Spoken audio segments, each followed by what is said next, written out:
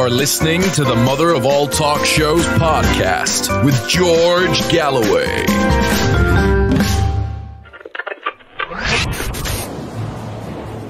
Freed from the shackles of oppression, the big cat of broadcasting, George Galloway, returns on Radio Sputnik. The voice of true reason. Come and have your say on the mother of all talk shows. Uncensored, unshackled, unleashed.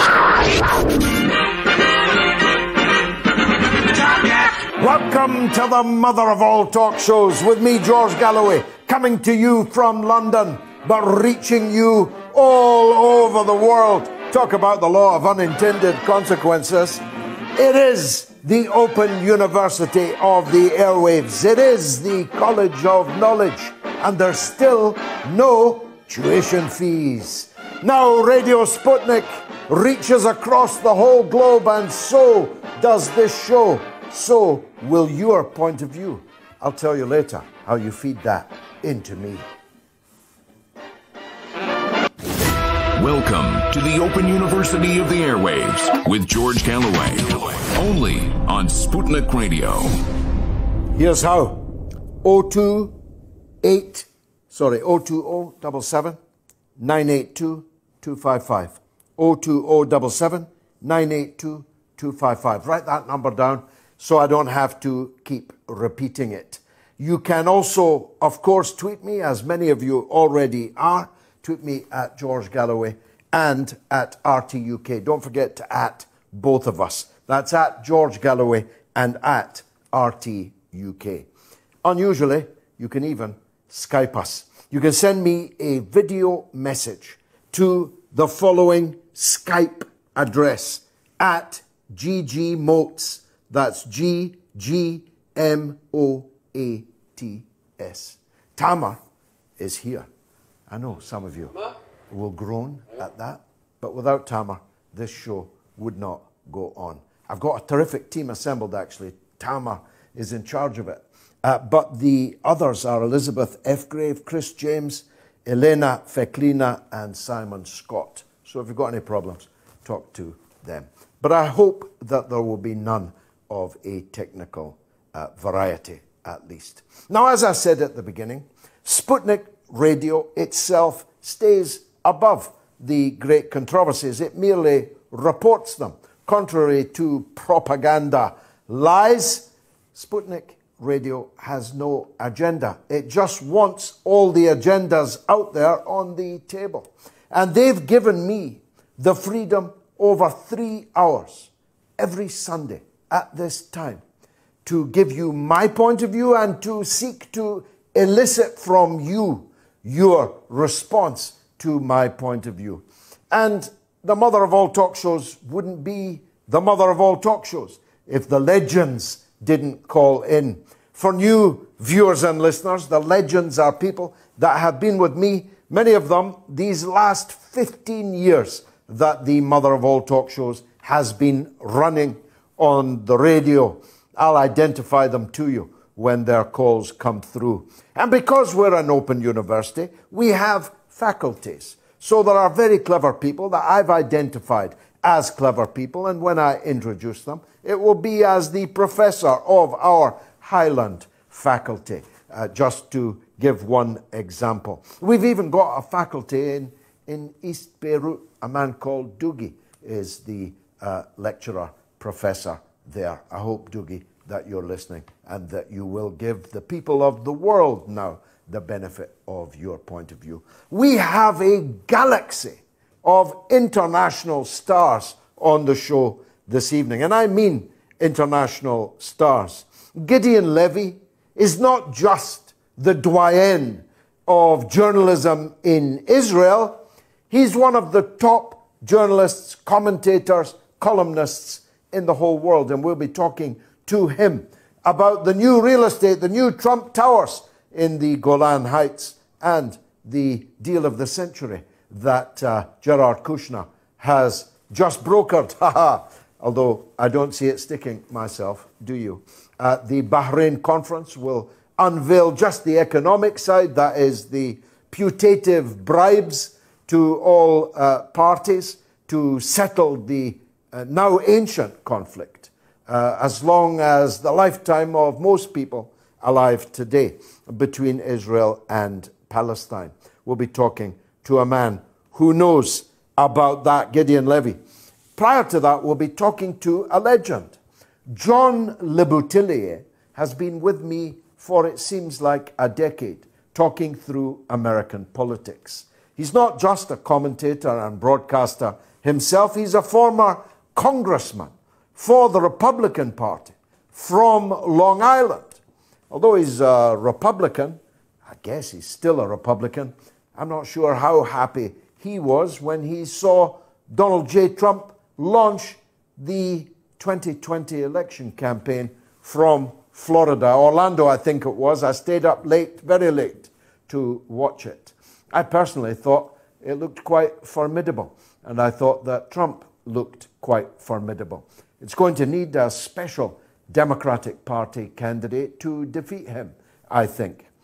I'm not so sure that the people in the front of the race for that nomination could really be described as special, but hey, I'm just an enthusiastic amateur. We'll ask John, and we'll ask Sameera Khan, formerly of this parish, formerly of RT America, now an independent political analyst and commentator herself, and actually also a former Miss New Jersey. In fact, she might have been Miss United States of America, but she got bumped out of the competition for political reasons. I seem to remember she scaled a fence to gate crash the event in her high heels. I wonder, did Donald Trump run that pageant when Sameera Khan won that position? We'll be talking also to Charles Shoebridge. Charles is a former soldier, a former police officer. He is, let's say, well acquainted with intelligence matters. He's an intelligence expert. That's an anodyne way of putting it. I want to talk to him about the crisis in the Gulf. Because if Donald Trump had not called back those bombers that took off from those aircraft carriers in the Persian Gulf, we'd already be at war, and this show would have a very different character. That is, if we were able to get in order to make it. Because if Trump had fired once at Iran, Iran would have fired back 10 times. That's what they said just 24 hours ago. If the United States fires once at us, we'll fire back 10 times at them. That presumably would have had the war lobby in the United States bellowing for another limited American strike. And Iran would have answered that tenfold too. And before you know it, the whole region is in flames. The whole world, perhaps, in danger of being in flames. Don't think I'm exaggerating that. I have myself nothing whatsoever to do with the Islamic Republic of Iran. I'm not defending them for profit or for popularity. As a matter of fact, there's neither profit nor popularity in doing so. I'm defending Iran because it's right. It's right that the Iranian people should not be made to suffer on a bogus pretext connected to the Iran nuclear deal. But it's also right that the rest of the region and the world be spared the horrors of what could turn into World War III. That's why I'm trying to stop the war in the Persian Gulf, not because I like the political system in Iran. As a matter of fact, I don't like it, but it's actually none of my business what kind of political system they have. But it is my business if the world goes up in flames. You think I'm exaggerating? 35% of the world's oil comes through the Strait of Hormuz. More than a third of all the oil in the world. If that strait is blocked, as it would be within a matter of a couple of hours by Iran, then none of that oil will go through the Strait of Hormuz. Moreover, and here I'm just guessing, that Iran will set the oil fields of America's partners in crime in the Persian Gulf as soon as it itself is fired upon. So do the math, as they say in America. Nothing going through the Strait of Hormuz, oil assets on fire in the Persian Gulf, in the satrapies of the United States in the region. You won't be able to buy oil. Not at $100, not at $2, $3, $4, or $500 a barrel. And so the wheels of industry and commerce around the world will grind to a halt. Doesn't seem like a sensible thing to do, does it?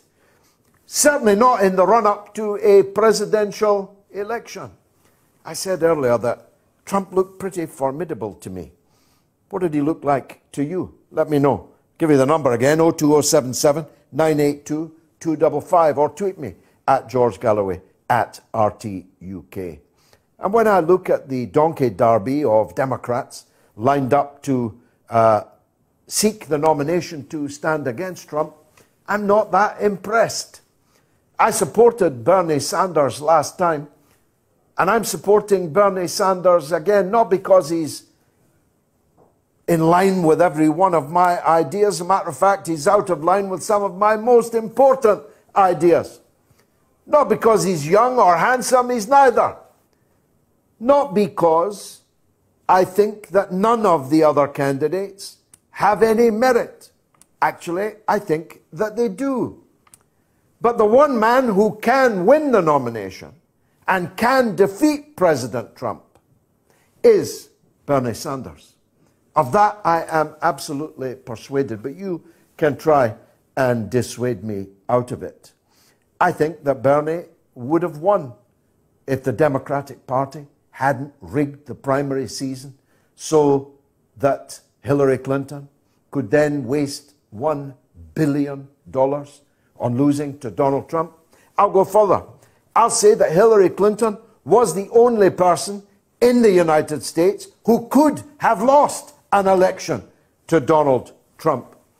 So it was a self-inflicted disaster. I'm sorry to those of you listening, watching, who are supporters, maybe even members, maybe even elected members of the Democratic Party, but that is my considered view. You brought Donald Trump down upon yourselves, and you brought him down on America, and you brought him down on the world. Now, I was not happy that Donald Trump was elected President of the United States, but I was very happy that Hillary Clinton was not elected as President of the United States. As a matter of fact, I think if she had been, we'd already be at the war that Trump seems to have narrowly averted for now.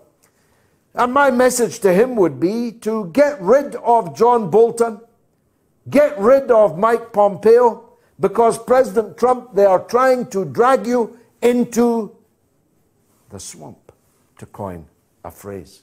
And if you voluntarily step into that swamp, well, swamps being what they are, you'll never get out of it. Certainly not in time to win a second term of the presidency in 2020. We'll be talking to Sameera Khan, former Miss New Jersey, former Miss RT America, about Khan and Trump. Who's Khan, I hear you asking around the world? He's the mayor of London, who has put himself into a frankly ludicrous, ongoing Twitter spat between him and the President of the United States of America. I think Mayor Sadiq Khan has more important things to do, like deal with the knife and gun crime epidemic in London. I'm not really exaggerating when I tell you that the streets of London are running with the blood of our young people. Stabbings up, shootings up, crime up. If I was the mayor of London, I'd be out there on the streets in a high-vis jacket, and I'd be speaking about nothing else. I'd be doing nothing else. I'd be spending on nothing else than on my primary responsibility of keeping Londoners safe from crime. We'll be talking to Anthony Day, presenter of the weekly Sustainable Futures Report, podcast, because even old-timers like me are having to switch on to the issue of climate change, of global warming, because actually I'm baking hot in here. It was 27 degrees here today and we didn't even see the sunshine. The world is heating up. Look at the heat map. Some of the world record temperatures are currently being recorded. Almost unbelievable. We'll be talking about Bob Dylan. I don't know about you, but I've watched Netflix's Rolling Thunder review twice in a week. Martin Scorsese directed it. It is utterly spellbinding, utterly brilliant. Mind you, I'd watch Bob Dylan reading a telephone book. I have everything that Bob Dylan has ever made in triplicate and more, multiple copies. I go to see him wherever he appears, here, anywhere near me. And I'll do so until his endless tour, his never-ending tour, finally comes to an end. But 50 years ago, exactly, Bob Dylan got tangled up in the Isle of Wight. You may well be asking, where is the Isle of Wight? Well, many British people, including me, have never been on the Isle of Wight, don't even know how to get to the Isle of Wight.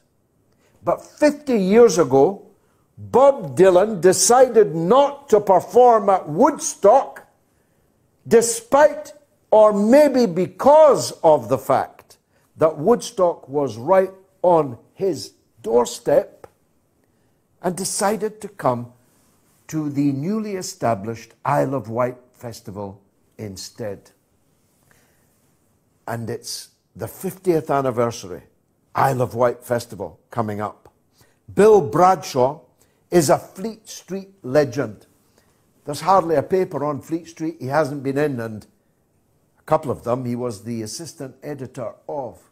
He's also a well-known face on Sky Television, Sky Sports. He even lived in the Isle of Wight for a while, so he's the obvious person to have written the book, which is called, unsurprisingly, Bob Dylan at the 50th anniversary of the Isle of Wight Festival.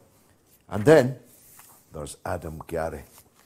For those of you who don't know him, I repeat, he is the cleverest man in England. Quite a clever man is Tamer Asfahani, who you may recall starred in one or two of the episodes of the mother of all talk shows at a previous address. He's here, amongst many other things, to tell you how you can Skype me. Listen to this. Welcome to the mother of all talk shows, new and improved and unleashed here on Sputnik Radio, or Sputnik News, whatever you want to call it. For those of you listening on the radio, this may not be relevant to you, but for those of you that are watching, and for those of you that are listening that do want to get in touch, that have something to say, then join us on Skype. What you have to do, for those of you that are watching, for those of you that are listening also, please make sure that you can do this as well, find GG MOATS, which you can do in the search the Skype bar, which is usually on the left-hand side of your Skype menu. You'll be able to find GG MOATS. The name of the program is called MOATS Unleashed. Once you get there, you have to go to the message window, which is here. For those of you, again, listening, it's the main window to the right. And at the bottom, there is an icon with a little video. You click that, and that will allow you, hi everybody, to record your message. Record that message, and then send it through to us. Once we've got that, we will look at those messages and then we will play those to George. You can ask us anything. You can ask Adam anything. If there's something on your mind that you want to get off your chest, then send us those videos. But until then, I'll hand you back to George. Well, now you know how to Skype me. Let me remind you how to call me. It's 02077 982 255. 02077 982 255. Or tweet me, I hope many of you are, I've not got them yet, on George Galloway, at George Galloway, as well as at RT UK News. Don't forget to at both of us. Well, the first guest on the first edition of the Unleashed mother of all talk shows is John Leboutilier. I told you about him earlier. He has a voice like honey. He's coming to us from the eastern seaboard, I think, of the United States of America. He has his own television and radio shows, but he has always been kind enough to join me on mine to help us through United States politics and United States great events. We were partners throughout the last primaries, partners throughout the presidential election, and I'm hoping any minute now he'll be on the line and I can talk to him. He is a Republican, but I give you this warning before he comes on, that he is not a Trumpian.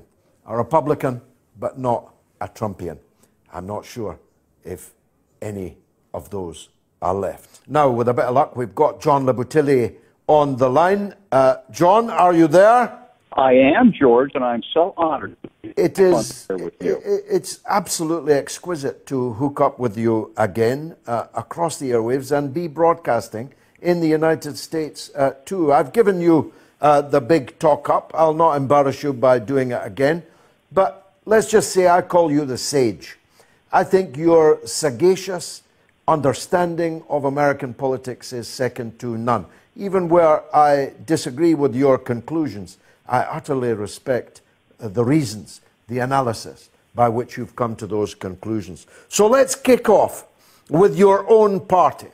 I stayed up late, I mean late, to listen to a very long speech by Donald Trump in Orlando, in Florida this week, John.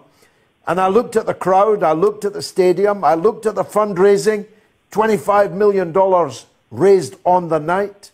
I've got to say, Donald Trump looks quite formidable to me. He does. First of all, any incumbent president in our system is favored to get reelected, especially when the economy is strong, which statistically it's very strong. And whether he has anything to do with that doesn't matter. If he's in office when the economy's good, he gets most of the credit. If he's in office when the economy slows down, whether he has anything to do with that, he's going to get the blame. And it's better to view him as formidable. He'll have no trouble securing the nomination, so he's halfway home right away, whereas the Democrats obviously have to keep each other for a year and a half. But there are other things that are going on with him that indicate he's in a lot of trouble. He's got a huge negative on him.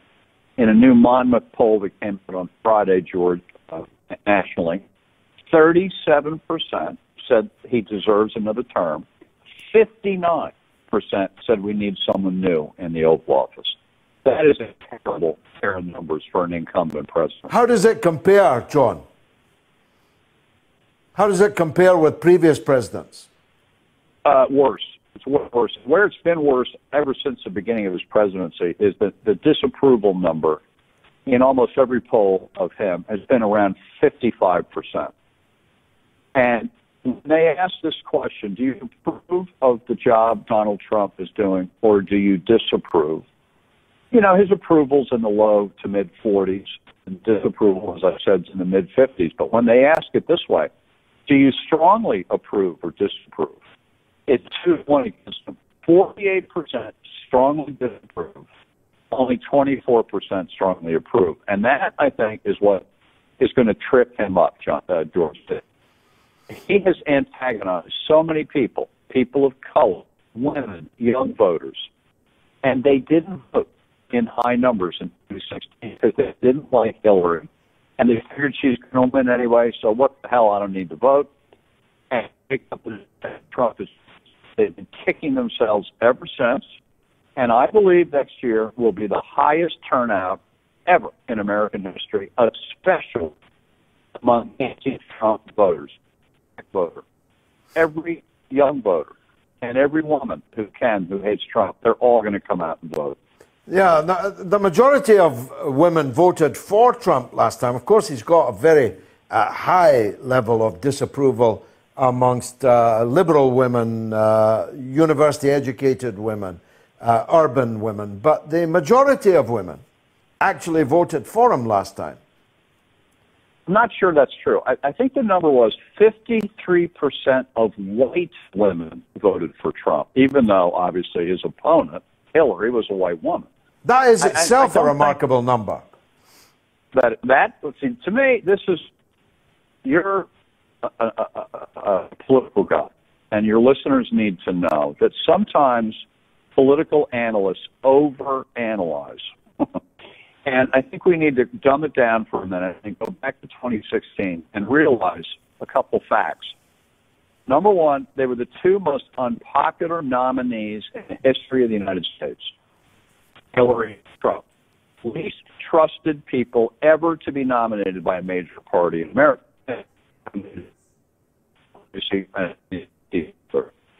The whole election, to me, George, was the Democrats didn't vote in high enough numbers. They stayed home.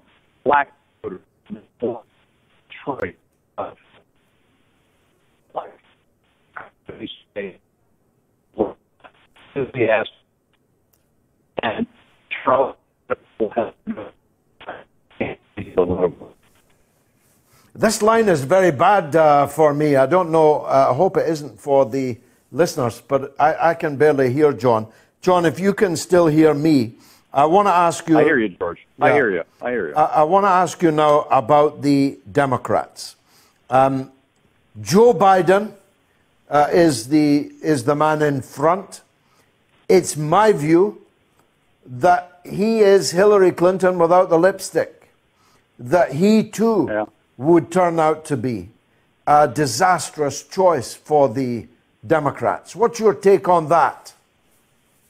It could be. It's too far away to even have a clue what's going to happen with them. On paper, Joe Biden is a problem for Trump because he's a white man who comes from the Rust Belt area of Pennsylvania. And that's, of course, where Trump eked out a victory by 77,000 votes, George, combined to win Wisconsin, Michigan, and Pennsylvania. Joe Biden is from Scranton, PA. He's from the heart of the white, blue-collar, Rust Belt voter. He also has chronic foot and mouth disease. But he's not Hillary in the sense that he's not crooked. You can't label him as a crook. Yeah, you can say he's been around a long time. But he's a nice guy, Joe Biden. No one ever said, oh, Hillary's a nice person. They didn't like her. She's unlikable. And they didn't trust her. But it's up to the Democratic voters. We have 8 months before they even start voting. We don't have a clue what's going to happen. Well, is it, though, John, up to the Democratic Party voters, or is it up to the DNC?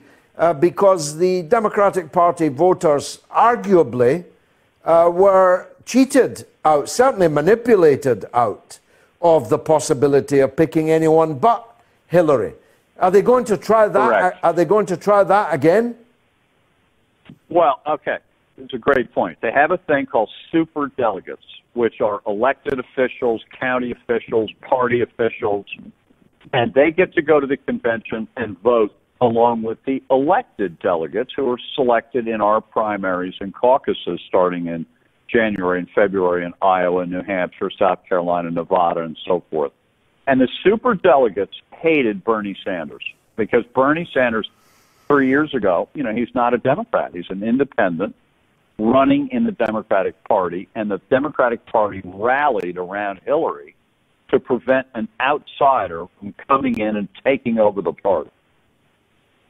I don't know. This time around, it's a different dynamic. I think the number one thing for Democrats, what I hear all the time, is who can beat Trump. That's the biggest issue for them, not who's going to be the best on tuition or health care or any of those very important issues. No, the number one issue is we got to get rid of Trump. And I think they're going to decide that in the primaries, which guy or gal measures up against Trump the best. Well, let's talk about a gal. Elizabeth Warren is up there in the front of the pack. She seems to be the person that people on the left of the party believe can stop Bernie Sanders. Never mind stopping Trump. Stopping Bernie Sanders seems to be a major priority for them. Tell us about her, John. Well, an extremely diligent, hardworking woman all her life, a law school professor at Harvard and elsewhere, and been a senator for 6 years from Massachusetts. She's definitely decided to run a campaign based on her knowledge of every issue and having a plan for every issue. So you want a plan to fix something, she's your go-to person. And she is rising in the polls in the Democratic race, I think at the expense of Bernie Sanders, who I think is going down a few notches, because they're sort of fighting for the same voters, and they both come from neighboring states, Vermont and Massachusetts. And she is not to be underestimated. She's sharp. Very interesting. Now, when does all this kick off for seriously, John? This week, George. This Wednesday night, you're going to have to stay up again. Unfortunately, at 2 a.m. your time, 9 p.m. New York East Coast time, they have 2 nights in a row of the first live Democratic debates. The 10 candidates drawn randomly for Wednesday night and 10 for Thursday night for 2 hours each night. The Thursday night one will be better, I think, because it will have in it Joe Biden, Mayor Pete Buttigieg from South Bend, Indiana, who's on the upswing and a very good candidate. And it will have Bernie Sanders in there, too. And then there's always the unknown candidates who can surprise you and have a moment and rise up. Oh, Kamala Harris, I think, is that night also. Very interesting. That's Wednesday and Thursday of this week. That's the calendar Correct. set. John, we're going to have to talk regularly. I hope you're ready for that through the next 18 months or so until the big decision. I wish I had time to ask you, maybe in a word or two you can tell me, the latest eruption of j'accuse against Trump, yet another accusation of misconduct towards women. Is that going to run that story, that accusation? I don't think so, George. It came and it went. It's number 16. 16 different women in the last 3 years have come forward with very similar stories of Trump forcibly throwing himself on them sexually in a disgusting manner. It doesn't seem to hurt him among his voters. He just denies it and keeps on going, which is an amazing political phenomenon, this guy. Yeah, we never saw anything like this. If only when we were in politics we knew that you can actually just deny it and move on. That was John Leboutilier, who is a former congressman for the Republican Party and an analyst and commentator. Now, Gideon Levy is, as I said, the doyen of Israeli journalists. There's nothing he doesn't know about what's going on in Israel, in Palestine, in the broader region, even right up to and including the crisis in the Persian Gulf. And I'm glad to say, honored in fact to say, he joins us now as a columnist for Haaretz newspaper, of course. Gideon, thank you very much indeed for joining us. It's my honor, George. The honor is mine, I assure you, sir. Let me start close to home. Donald Trump's new towers in the Golan Heights. Are people queuing up to get in custody of one of these apartments? What's that all about? Not really. I mean, you need a lot of sense of humor to take it seriously. It was a joke, it is a joke, and nobody took it seriously in Israel. By the way, even legally, this government, which is a government in transition, this government has no authority right now to decide anything. So everyone understood that this was a show, you know, for some political reasons, but nothing more but a show, and there will be no settlement called the Trump Heights, for sure not in the coming future. They may actually change the name if he loses office or disgrace envelops him. Speaking of disgrace, what's the latest in the criminal charges against your own Prime Minister and his spouse? There is nothing new. I mean, the hearing will take place in October, and until then, everything is waiting for the hearing. And after the hearing, he will be brought to justice. And after being brought to justice, apparently, I guess, this will end up in jail because the charges are very serious. How interesting. I mean, I've got to say this. I'm not, as you know, a cheerleader for the state of Israel, but it does deal more rigorously with its own political class when they cross the line into criminal behavior than other countries do. I mean, there have been more presidents and former prime ministers jailed in Israel than probably any other country in the world, and that's worth congratulating them for. Yeah, but it tells you also something about the level of morality and criminality. On one hand, you are totally right. It is really respectful that, a president was in jail for rape, and finance minister was in jail, and a prime minister was in jail for corruption. On the other hand, I knew some countries in which there is no need for all this because the politicians are just not corrupted. I'm not so sure about that one, Gideon. I've got to tell you, I think in most countries there could be ministers in jail. But let's move on to the big subject. Jared Kushner's deal of the century. What can you tell us about that? The Bahrain conference is only going to reveal the money, although my experience of your region is that promises and pledges are not real money. And even if the headline number of 50 billion sounds like a lot of money for a relatively small number of people, it's only pledges and you can't spend them. But what's the political deal, side of the deal? Have you got any insight into that? Because surely no one seriously thinks that just by throwing out money at the Palestinians in the occupied territories, you're going to solve this conflict, which has now been raging for so many decades. First of all, you touched one of the main points, and the point is that it's not money, it's promises, it's hollow words, at least at this stage. There have been so many peace conferences, such a long peace process, the longest in history, and it never led to nowhere, and it will never lead to nowhere as long as Israel does not come to terms and decides to put an end to the occupation. Israel never meant to put an end to the occupation. Israel does not mean to put an end to the occupation.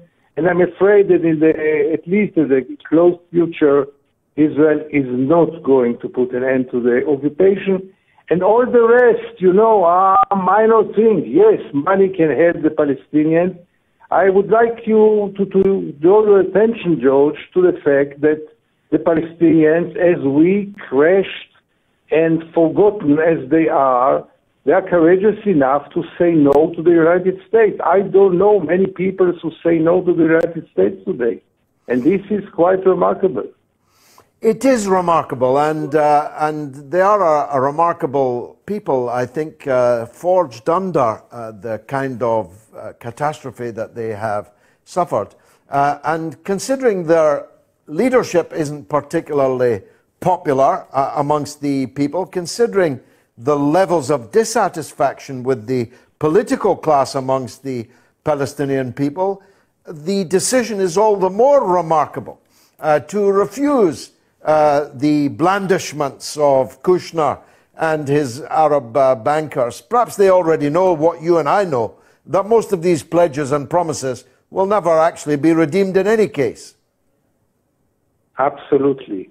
But, when I look at them, when they have so little choices right now, when they are so divided, so weak, bleeding, the Arab world couldn't care less about them, the West starts to forget about them, and Israel, we must admit, is maybe at its strongest stage. Then to stand up and to say no to the White House, to the President of the United States, takes a lot of courage.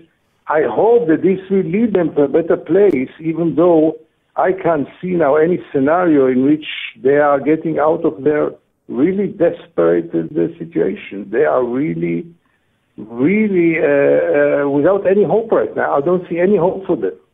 No, it's a very, very bleak future. Though I recently interviewed the young girl, Ahed Tamimi, 18 years old.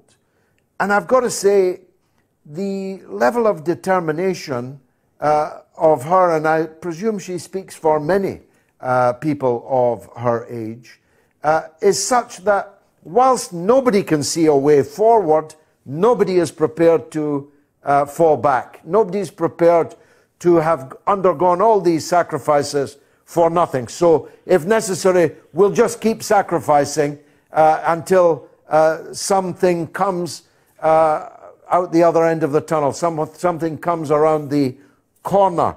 So anybody banking on the Palestinians giving up because it's bleak and hopeless is, I think, making a mistake.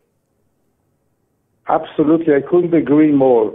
There is no sense of giving up, but there is a sense of deep despair and lack of hope. It's now the third generation of young Palestinians who have no past, no present, and above all, no future. And, as courageous and as devoted as some of them are, they see reality, and reality promises them very little. Let's not forget Gaza, the biggest cage on earth today. What can you tell to those courageous people? What prospect do they have for their own life, for their freedom? Nothing. And the world, I'm afraid, seems to be quite tired and sick and tired from all this endless conflict. Absolutely. Talking of conflict now, many people here, certainly in Britain, and I think also an increasing number in the United States, wonder whether this confrontation with Iran, which seems on the face of it to be entirely unnecessary. The rest of the world was quite clear that Iran was complying with its obligations under the JCPOA, and that a crisis has been manufactured by the United States, unilateral withdrawal from the agreement. Many people here believe that this is being done at the behest of the United States' two closest allies, Saudi Arabia perhaps above all, but also Israel. Is there a feeling in Israel that that is so, or are people really worried about Iran? Unfortunately, in Israel, people are mainly worried about their next vacation and the next going out for dinner. Israel is right now really a society in denial, denying many dangers, not only the Iranian danger and or chance, yeah. But I totally agree with your analysis. There was a very good agreement, or quite a reasonable agreement. Everyone could live in peace with this agreement. Donald Trump decided that this agreement is not good enough. I'm sure he was pushed by some of the allies you mentioned, and here we stand in front of quite explosive situation. You know, right now it seems not dangerous. It can turn into a terrible danger within days. I hope this is not the case, but in Israel, life is as usual, business as usual, and I don't feel any sense of understanding how explosive it is. It's a very dangerous game. Well, I said earlier in the show, and I was echoing something that the Iranian government themselves said, that if one shot is fired at us, we'll fire 10 shots back, because they have to respond asymmetrically, don't they? Because if they allow themselves to receive what are laughably described as limited strikes, then the voracious appetite of the US war machine would be to level more and more limited strikes at them. So in a sense, the Iranian regime have every incentive to respond exponentially, disproportionately. And that brings into the firing line, if not Israel in the first instance, certainly America's allies in the Gulf and American targets in Iraq, for example. And also leads ineluctably, I think, to an acute sharpening of the conflict in southern Lebanon between Iran's allies, Hezbollah, and the IDF, the armed forces of Israel. So you're right, actually, the balloon could go up more or less overnight. You could wake up one morning and everything can be on fire. Absolutely, and still I have some strange hope that Donald Trump is talking a lot and shooting very little. Yeah. Until now, he's 3 years in office and he almost never shot, even though he talks like a big shooter. But let's hope that it will remain in the framework of his big mouth. And what happened 2 days ago when he stopped the jets of attacking Iran was maybe a moment of hope. You know, I am afraid that Barack Obama would have sent already his troops to Iran. And here we see this extremist who talks really like a bully, but by the end of the day does much less than he talks, and this gives us some kind of hope, not too big because he's unexpected. No, I agree with you, actually. I'm sure that Obama would have sent the bombers. I'm sure that a President Hillary Clinton would have done so. The problem seems to me to lie, I agree with you, I don't think Trump wants, certainly not just prior to a presidential re-election campaign, the kind of totally unpredictable war that a war with Iran would be. But he's surrounded by people like John Bolton, even Pompeo, the Secretary of State. They seem to love war, Gideon. Yeah, they even seem to be bloodthirsty from time to time. But finally, if the reports are true, he was more influenced by a Fox News anchor rather than by his own advisors. Yeah, Tucker Carlson. Tucker Carlson of Fox News is the man we need to thank for the fact that the world's not on fire right now. Absolutely. And, you know, if he deserves it, he deserves it. The outcome was, at least at this stage, the outcome was very positive. And I think we should say a good word on Donald Trump at this stage. I agree, yeah. We might regret it tomorrow morning, but right now, for a rare moment, he said the right things and did the right things. One day at a time, Gideon, that's all we can do. Just take it one day at a time. My friend, it's an absolute honor to meet you over the airwaves. I hope we get the chance to meet in person while we're both still kicking around. You are a gentleman, a star, a reporter of great courage and clarity and brilliance, and we're very, very lucky to have you on the show this evening. Thanks very much indeed. Thank you so much, George. Gideon Levy, a gentleman, a columnist for Haaretz, and a man who writes very uncomfortable truths in Haaretz. You can just imagine how what he said to us this evening would be received oftentimes in Israel. Muhammad Iftikhar says, George, will we ever see you on national TV like Question Time? This is national TV. These old hat terrestrial television stations are going out of business. The last time I was on Question Time, I was set up, you remember? Like the unintended consequences law I referred to earlier, those that thought they were going to do me down in that setup actually got a bit of a surprise. I was Daniel in the lion's den. Bernard Britnach says, if the Donald wants to nuke someone, encourage him to let one go at Tampa Bay. Hashtag Glazers out. This is a campaign to shall we say, change the ownership at Manchester United, my football team. SFL says the Phoenix has arisen. Congrats on the new format, mate. Multimedia and worldwide is where the mother of all talk shows deserves to be. Now on to business.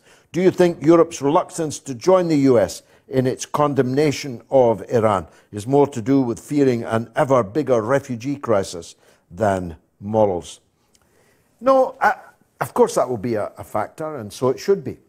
If you don't want to have floods of refugees, the refugees don't want to be flooding out of their own country. Those into whom they flood don't want them to do so. So the answer is obvious. Stop bombing people, stop making war on people, and you'll have fewer refugees. We told them that at the beginning of this 20 years nearly, getting on for 20 years from 2001 until now, coming up to 2020. So the best part of 20 years, we've been bombing, invading, occupying, and generally attacking people in a way that has caused a flood of refugees. No, I think myself that it's an understanding on the part of European leaders that this cannot possibly go well. And you heard Gideon Levy in Israel. He knows this cannot possibly go well.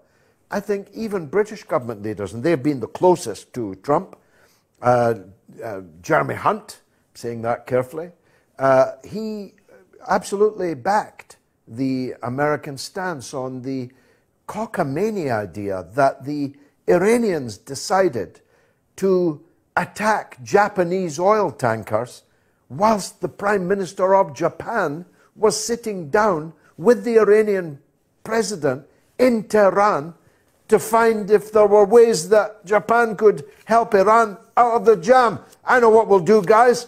Whilst the Prime Minister of Japan's here, let's attack his ships, supposedly said the Iranian leadership. If you believe that, I've got a bridge here in London I can sell to you.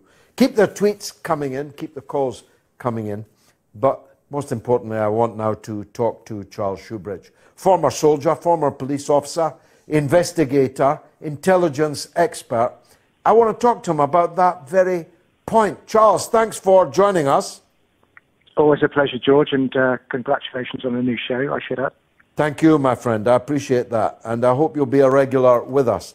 Now, first of all, let's start with the British.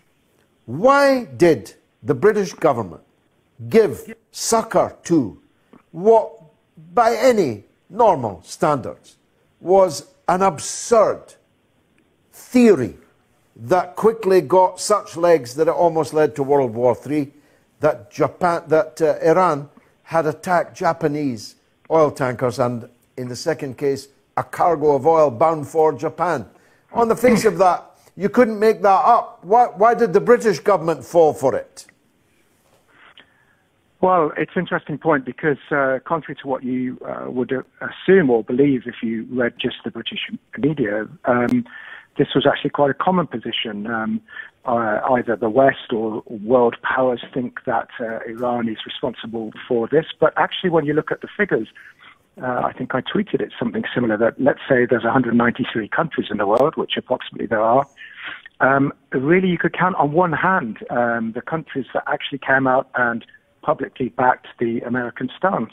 I think there was some country somewhere that was very heavily reliant on US, UK aid, probably, along with Saudi Arabia, of course, the UAE, who you would expect being sworn enemies of Iran, that would come out with this stance. But then also alone, almost in the world, the United Kingdom as well, embarrassingly so, especially when literally hours after Jeremy Hunt declared that, with a slight difference, I would add, because, of course, Donald Trump said that Iran is certainly responsible for this, and Britain said Iran is almost certainly responsible for this. Almost certainly again. Almost, but of course that almost designed, of course, to protect the backs of those that adopted the stance when it appears later on in life, as it often does in these cases, that people like yourself and myself will right to question this. And indeed, Jeremy Corbyn, of course, let's not forget, had already said that he wanted more evidence, and of course that's all he said.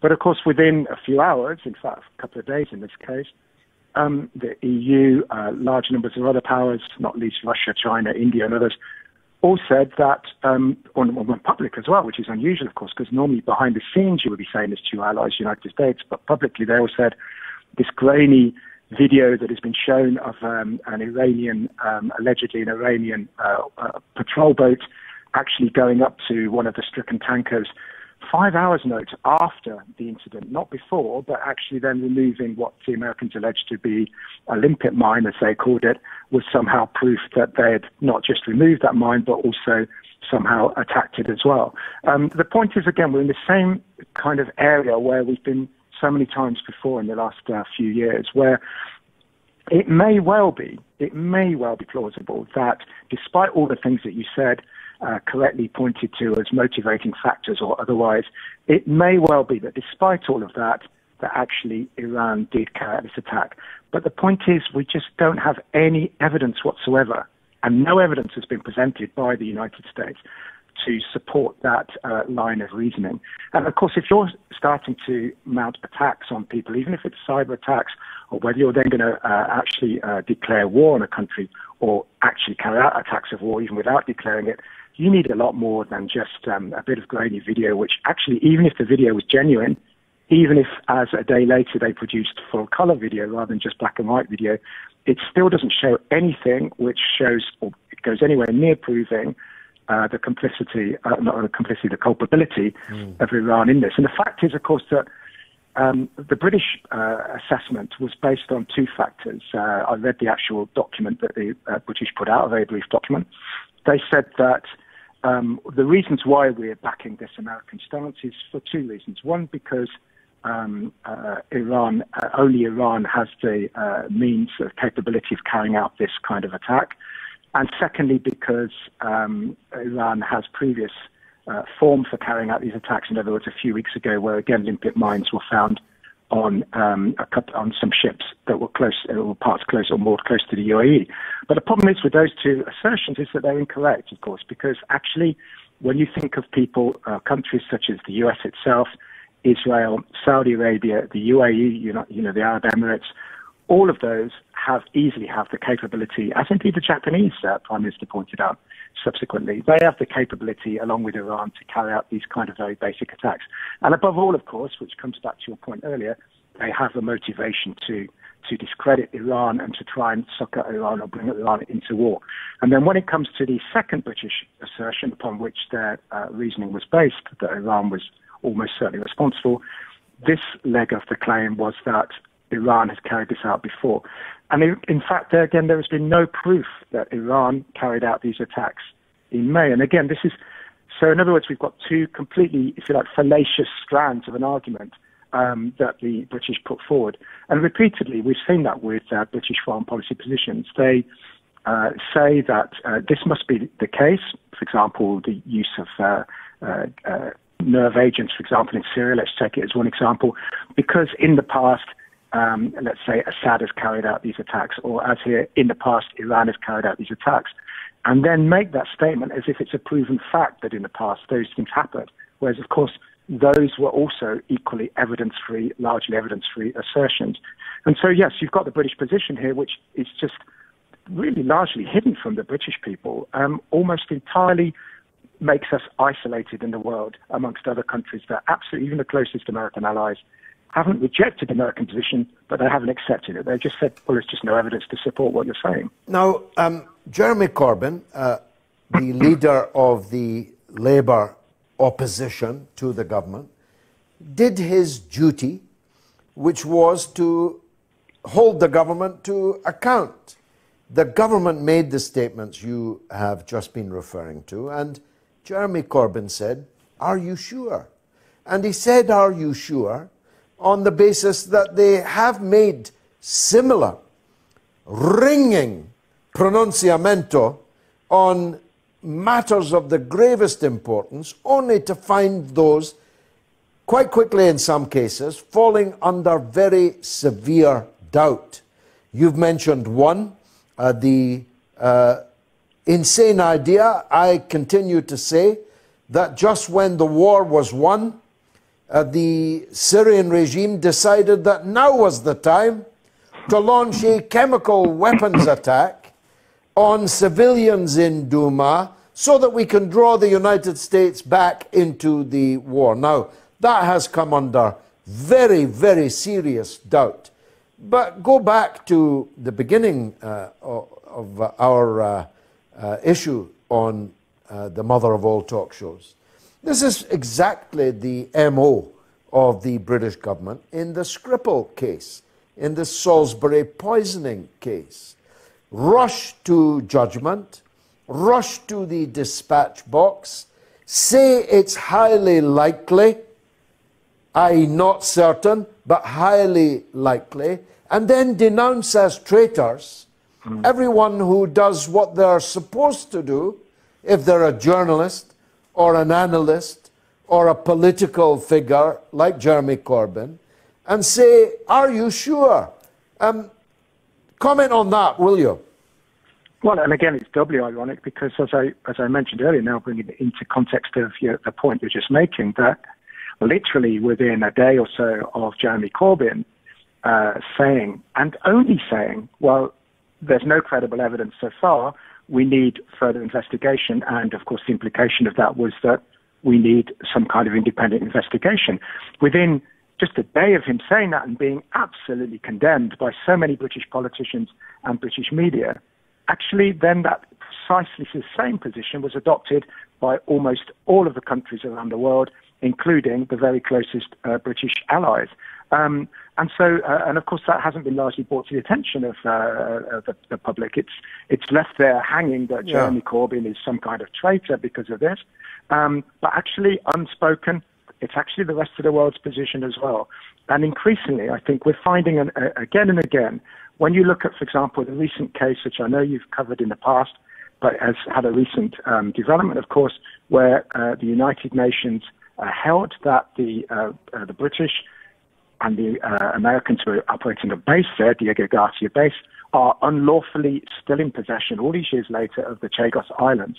And you've got a situation there where when you look at the voting there, almost no countries in the world, it was 6 countries, including Britain and including the US, but only 6 countries supported, out of 193 countries, supported the UK position. And what we're finding again and again in all sorts of these areas, particularly, for example, again, with our support of Saudi Arabia in respect of Yemen, and again, in respect of Saudi Arabia in respect of the Iranian situation as well, because when you look at a lot of it here, a lot of this is being driven, I think, behind the scenes by those countries that have got everything to gain from crushing the Iranian government in respect of either sanctions. Let me ask you about one of those, Charles, because it's not been a good week for Saudi Arabia.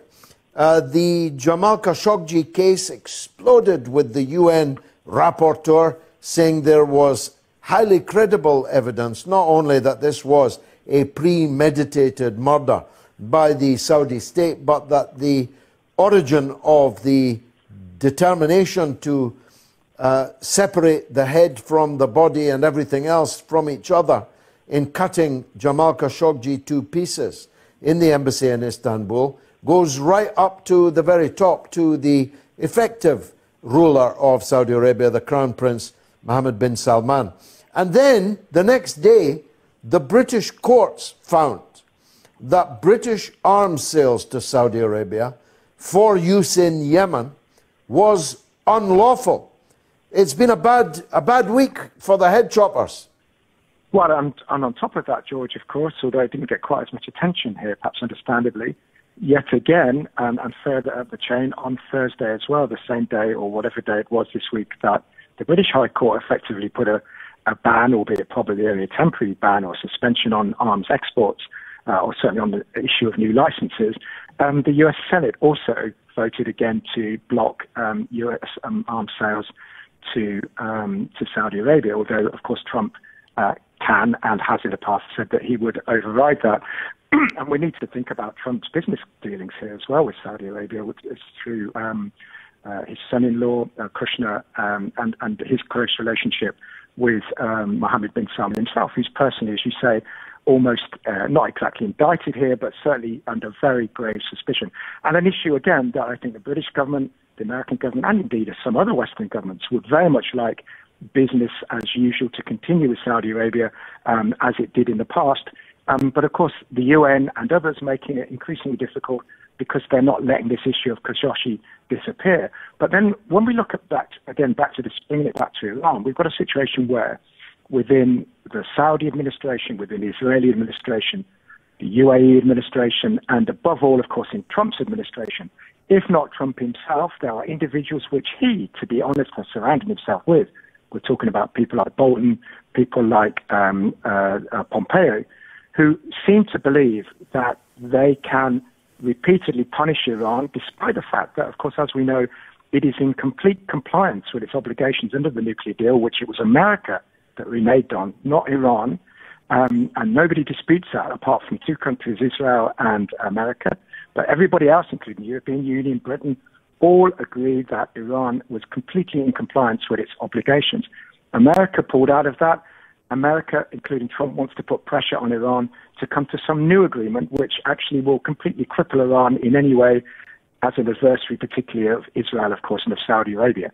So you've got a situation here where it seems to me you've got people like Trump's closest advisors and cabinet ministers, if you like, really do believe that they can just apply endless pressure, including limited military strikes, which is what, of course, they were pushing Trump to do in the last couple of days, and that somehow this is going to subdue Iran without provoking a colossal war, and a war with Iran which would make the war on Iraq really seem like a sports game or something like this, which of course it clearly wasn't, because Iran is a formidable military power. It is a formidable economic power, could be if the sanctions were lifted.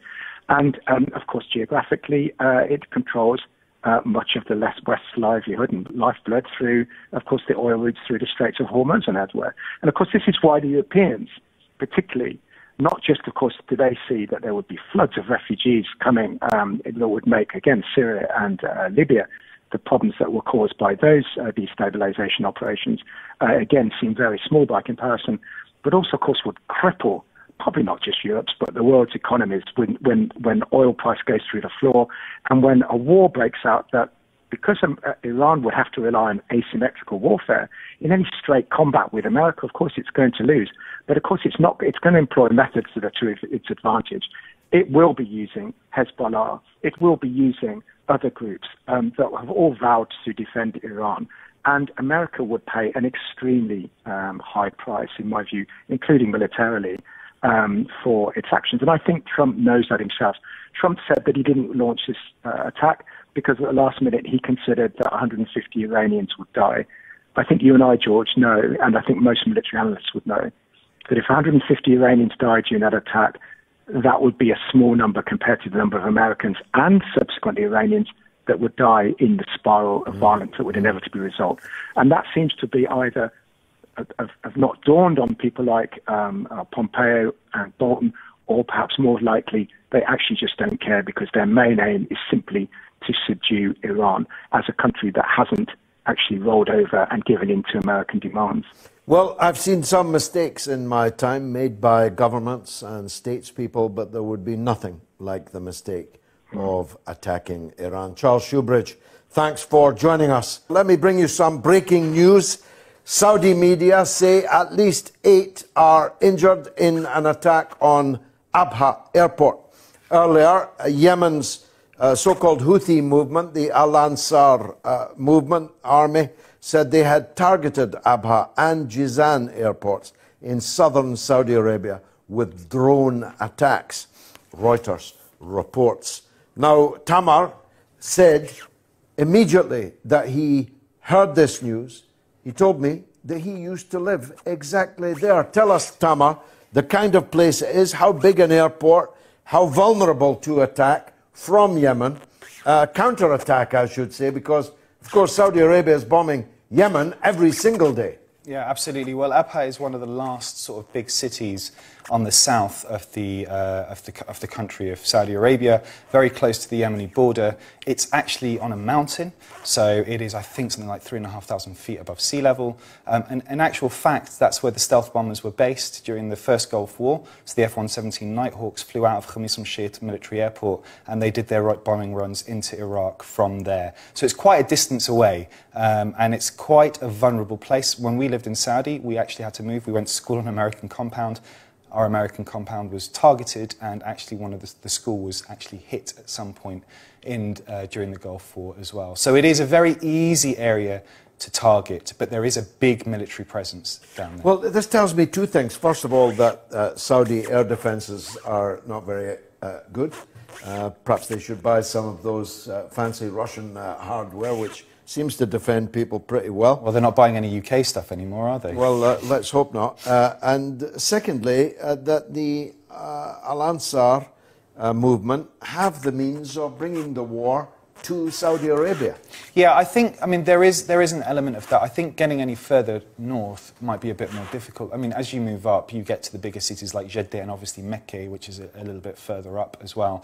But it is pretty kind of quiet in that area. There isn't much. Jizan is obviously, and then you've got on the far east, you've got Dhahran and Dammam, which are the big oil areas where Aramco and all the kind of the big oil companies were. So, and if you remember, of course you remember from the first Gulf War, Dhahran was targeted many a time by the Iraqis. These are all areas in which they can quite easily attack.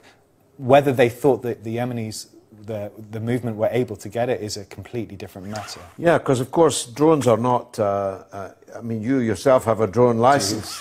You're the only man I know that is licensed to fly drones. But an attack that's big enough to injure 8 people, we don't know their medical condition yet.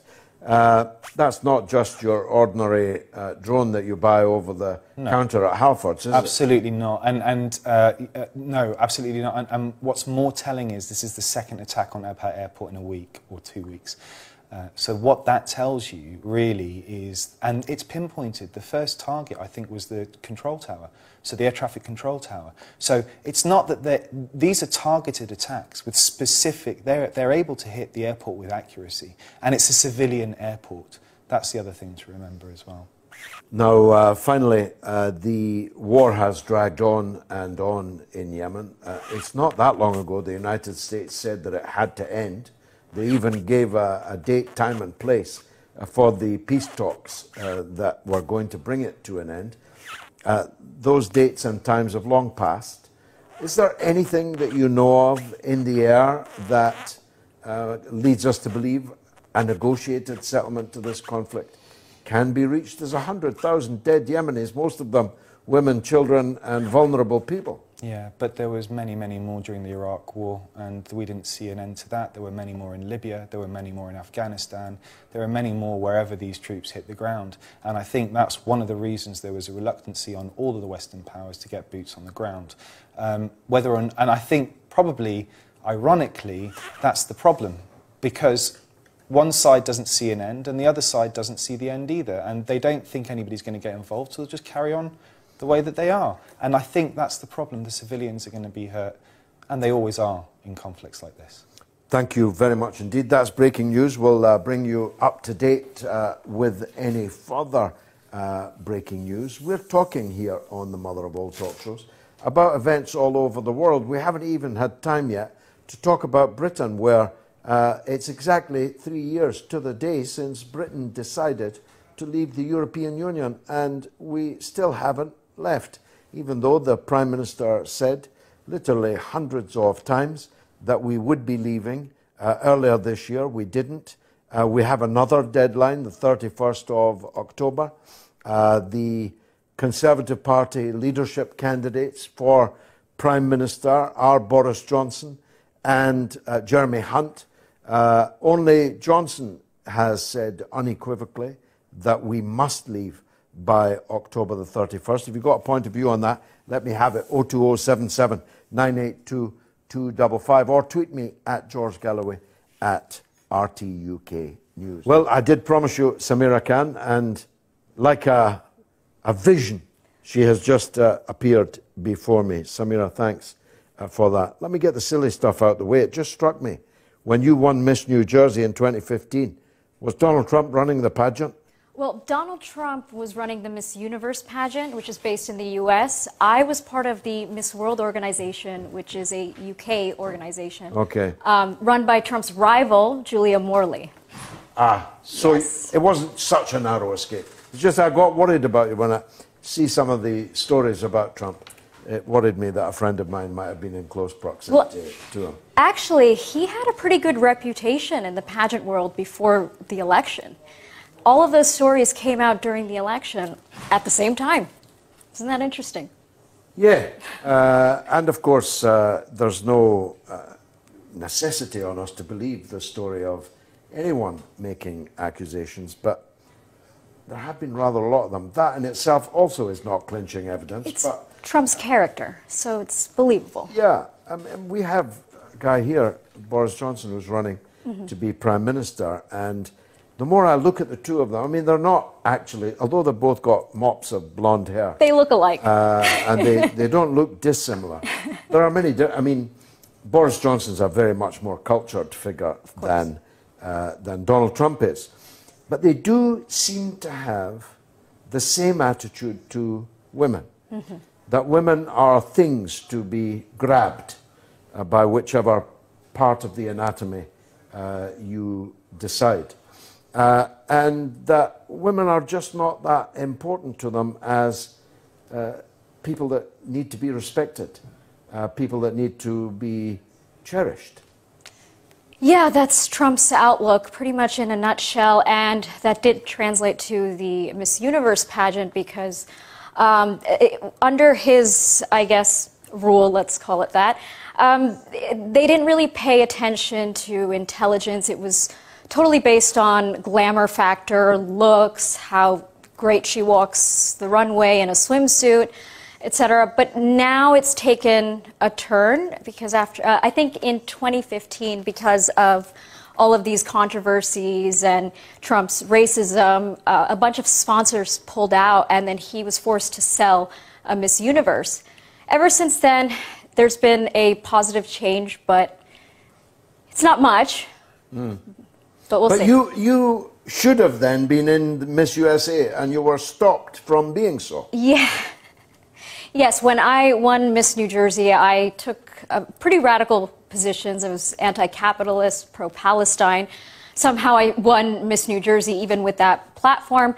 When I went to compete for Miss World America, I felt like they did not value intelligence.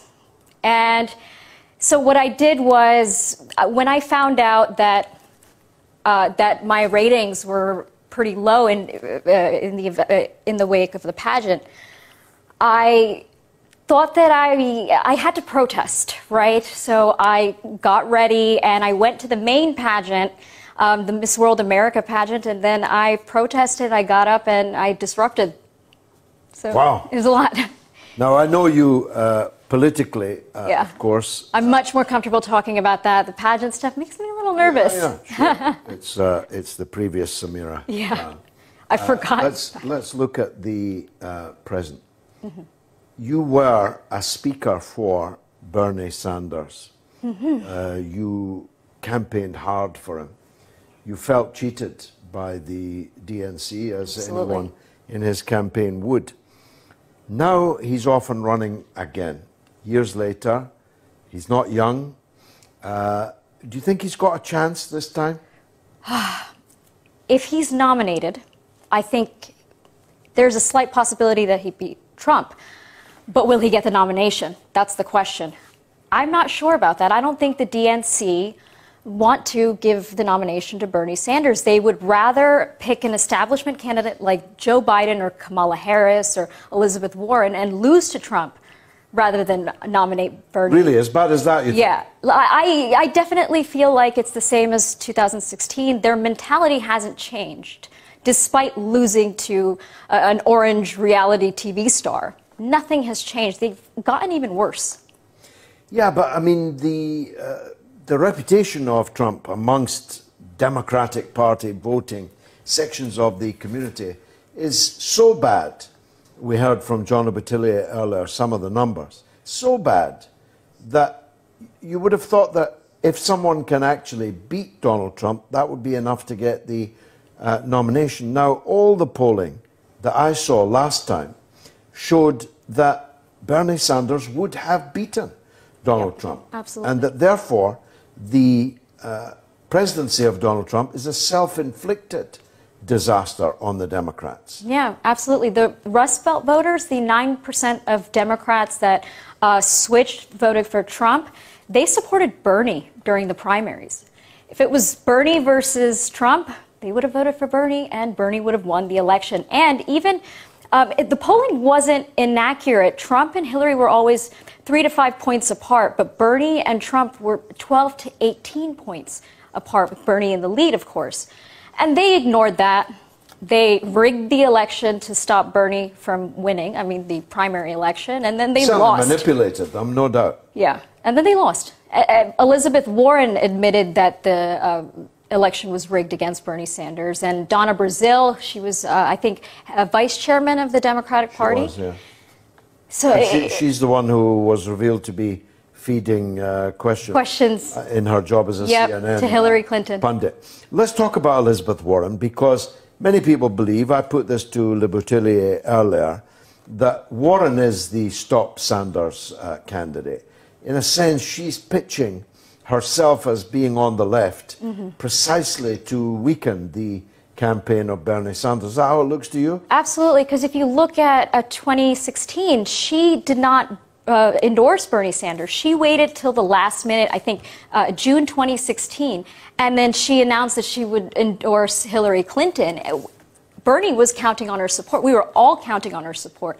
That would have swung the primaries in our minds at the time. Elizabeth Warren just strikes me as an establishment Democrat, despite what she's presenting herself as.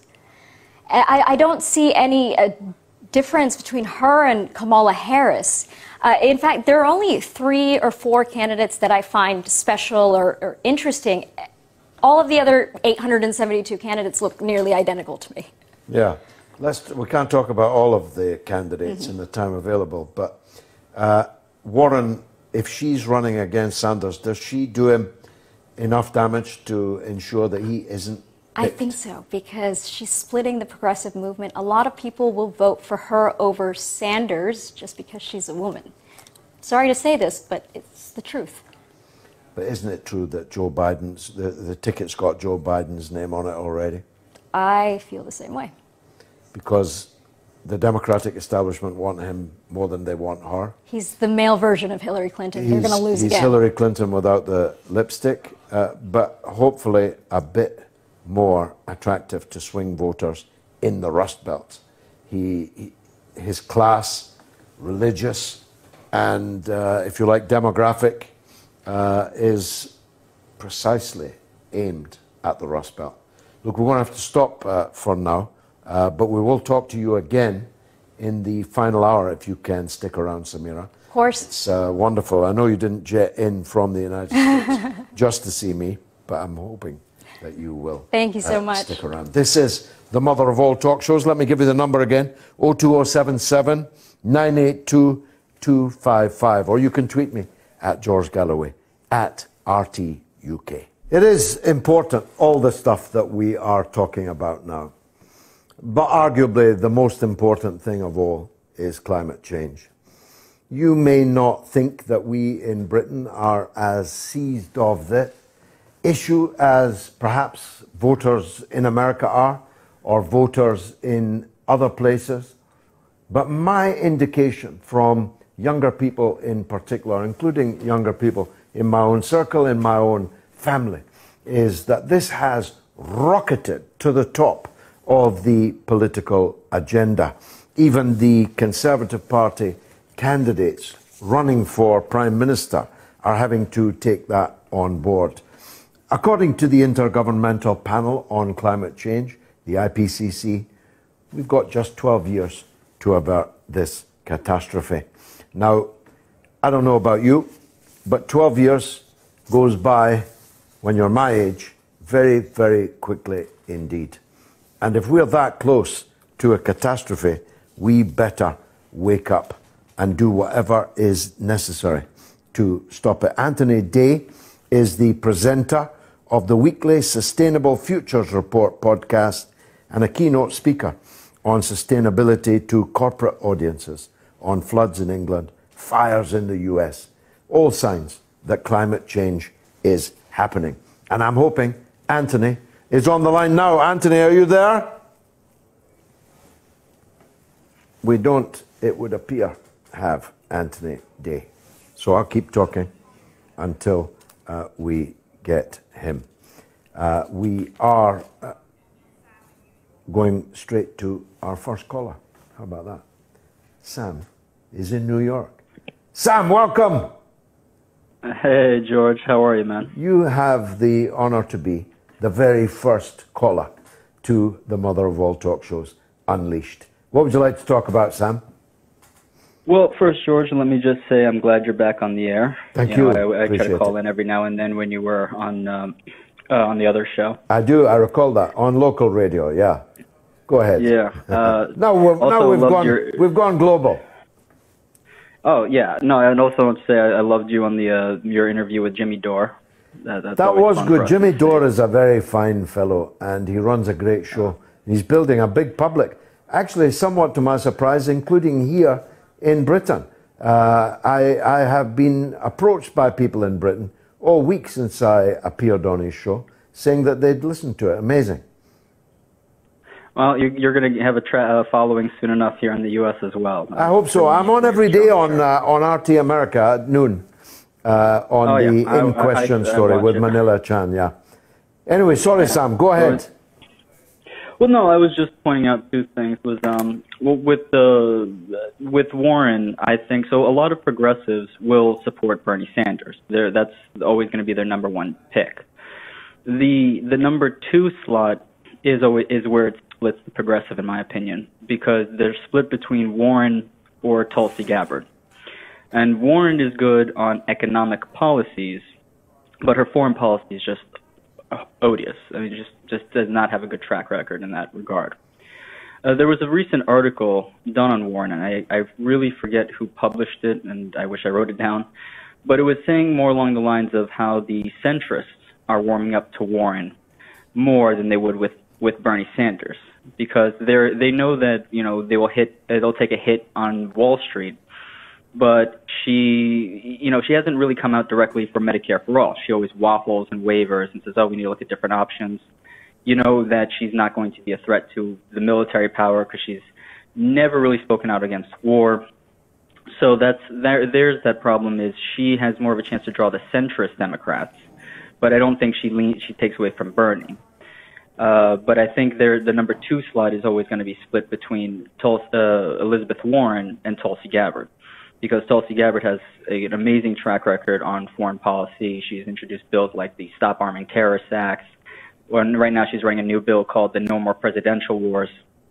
So I think that's the Tulsi Gabbard's foreign policy is so outstanding. I could have written it myself. But she's weaker on the economic issues, isn't she? Well, she's stronger on she's good on economic issues, but with Elizabeth Warren, to her back, she has the Consumer Protection Bureau that she created. Yeah. So there's where she has her strength in it. But Tulsi is in regards with Bernie on the same thing of Medicare for all, decriminalizing marijuana, etc. But where Bernie also falls short is foreign policy.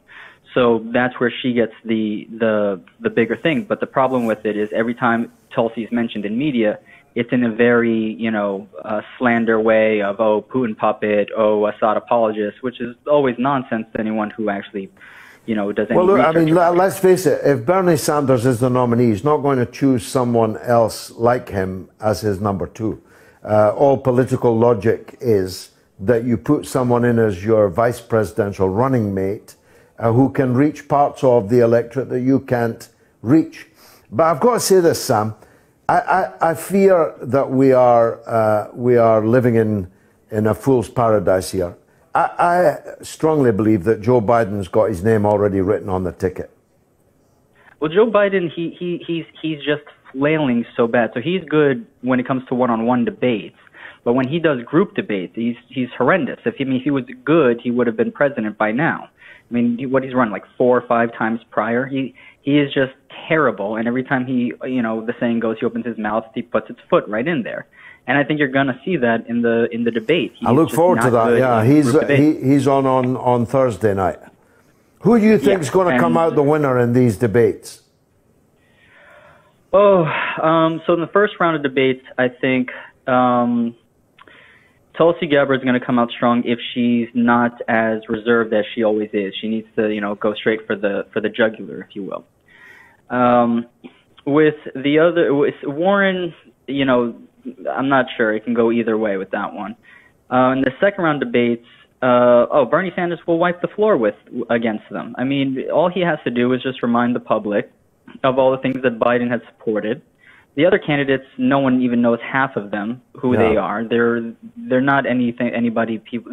They're the candidates who are that the media keeps pushing down on us, hoping we get them, from the Kamala Harrises and the Cory Bookers. But when they start talking, it's nothing but platitude and vagueness. Same old. Biden, unfortunately, he no longer will appeal to middle America, in my opinion, because he can't appeal to middle America of, I'm one of you, when there's this thing called the internet, and he's on these different talks talking about how he supported these Trans-Pacific partner deals and he's all for these trade deals. I mean, that's no longer the whole Uncle Joe. That ship sailed already. Yeah. But look, that's interesting. I'll tell you what, Sam, call me back next week and we'll review what the 2 series of debates actually delivered in practice. Because I got to go to the United Arab Emirates and talk with Richard there. Richard, welcome to the show.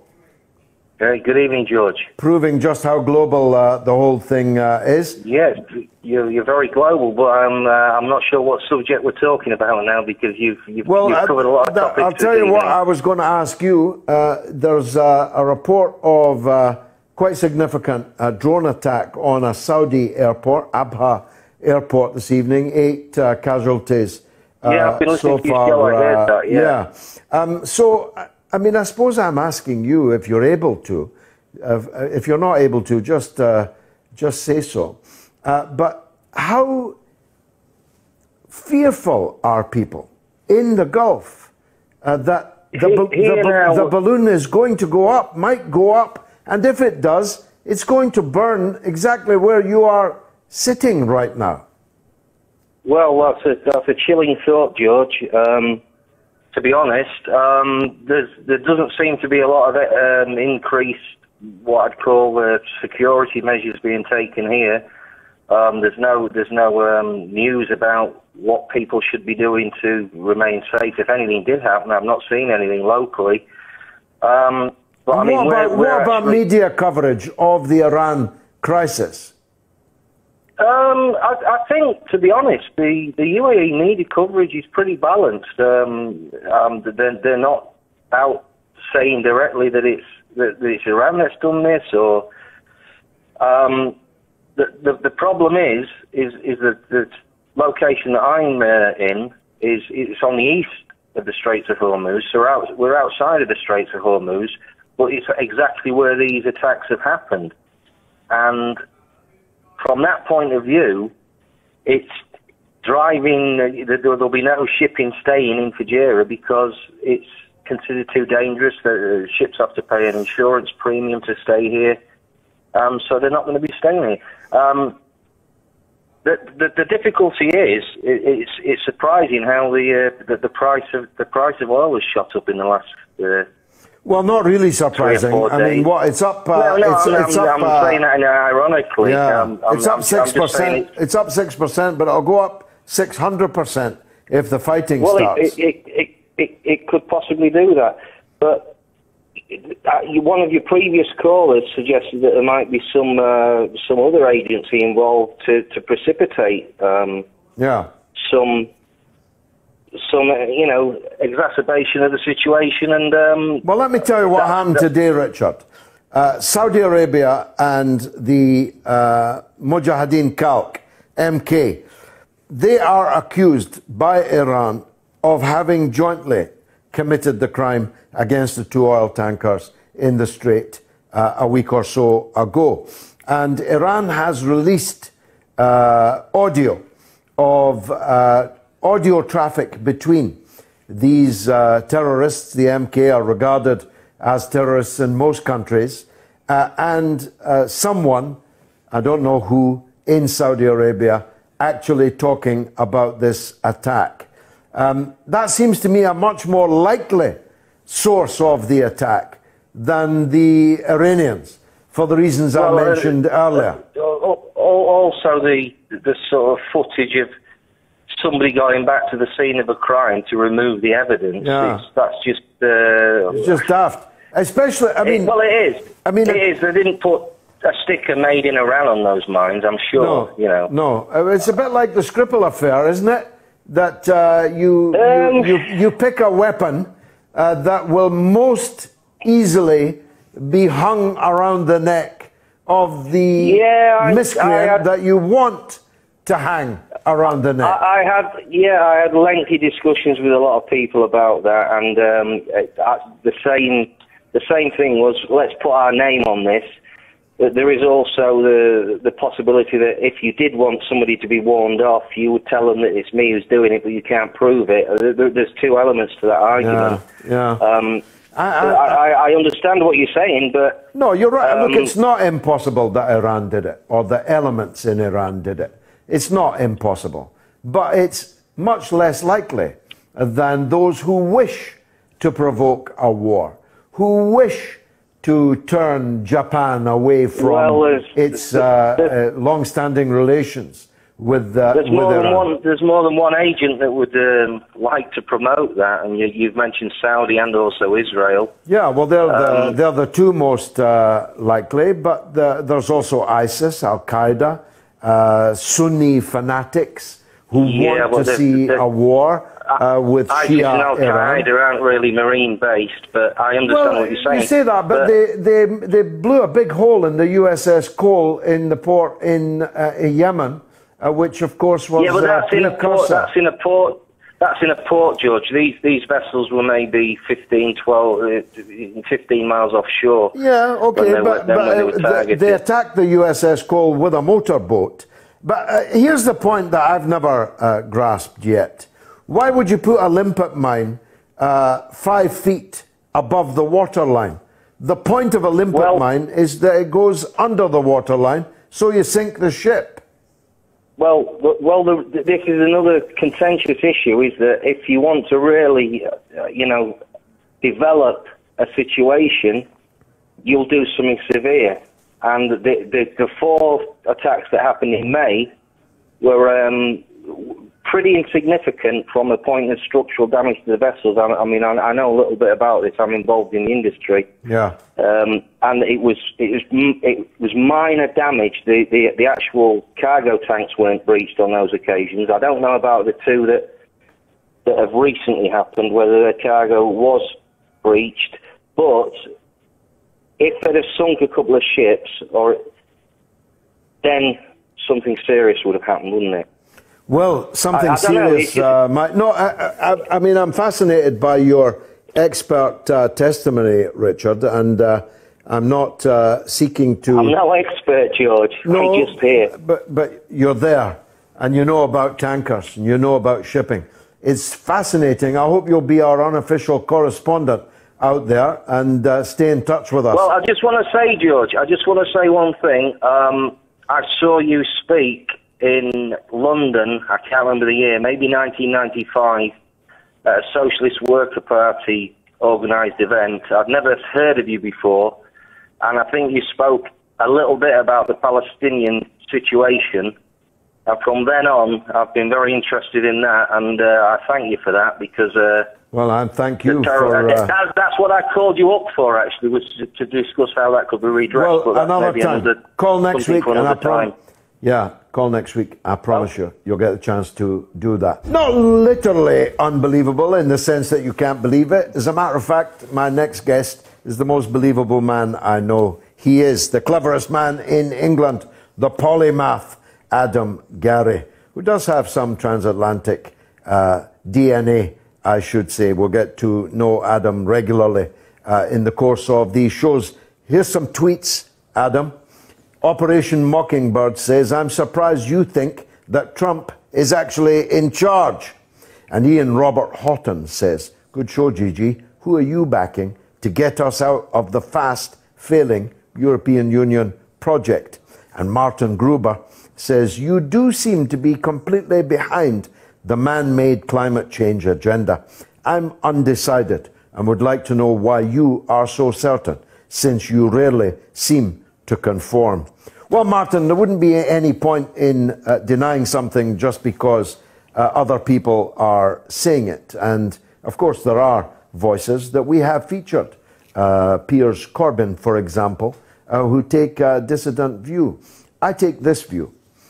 I think that the earth is being despoiled by an exploitative economic system and by endless wars and despoliation around the world. I want to clean up our act, whether or not man is responsible for climate change. That climate change is occurring, cannot be denied. That it may be cyclical, that it may go into reverse, that it may be irreversible, all of these things are possible. I'm not scientifically smart enough to give you the best answer on that. But I do know that we should live more simply. I do know that we should put into reverse those things that we can to make our air better, our water cleaner, our animals more likely to survive, our children more likely to live full and pleasant lives.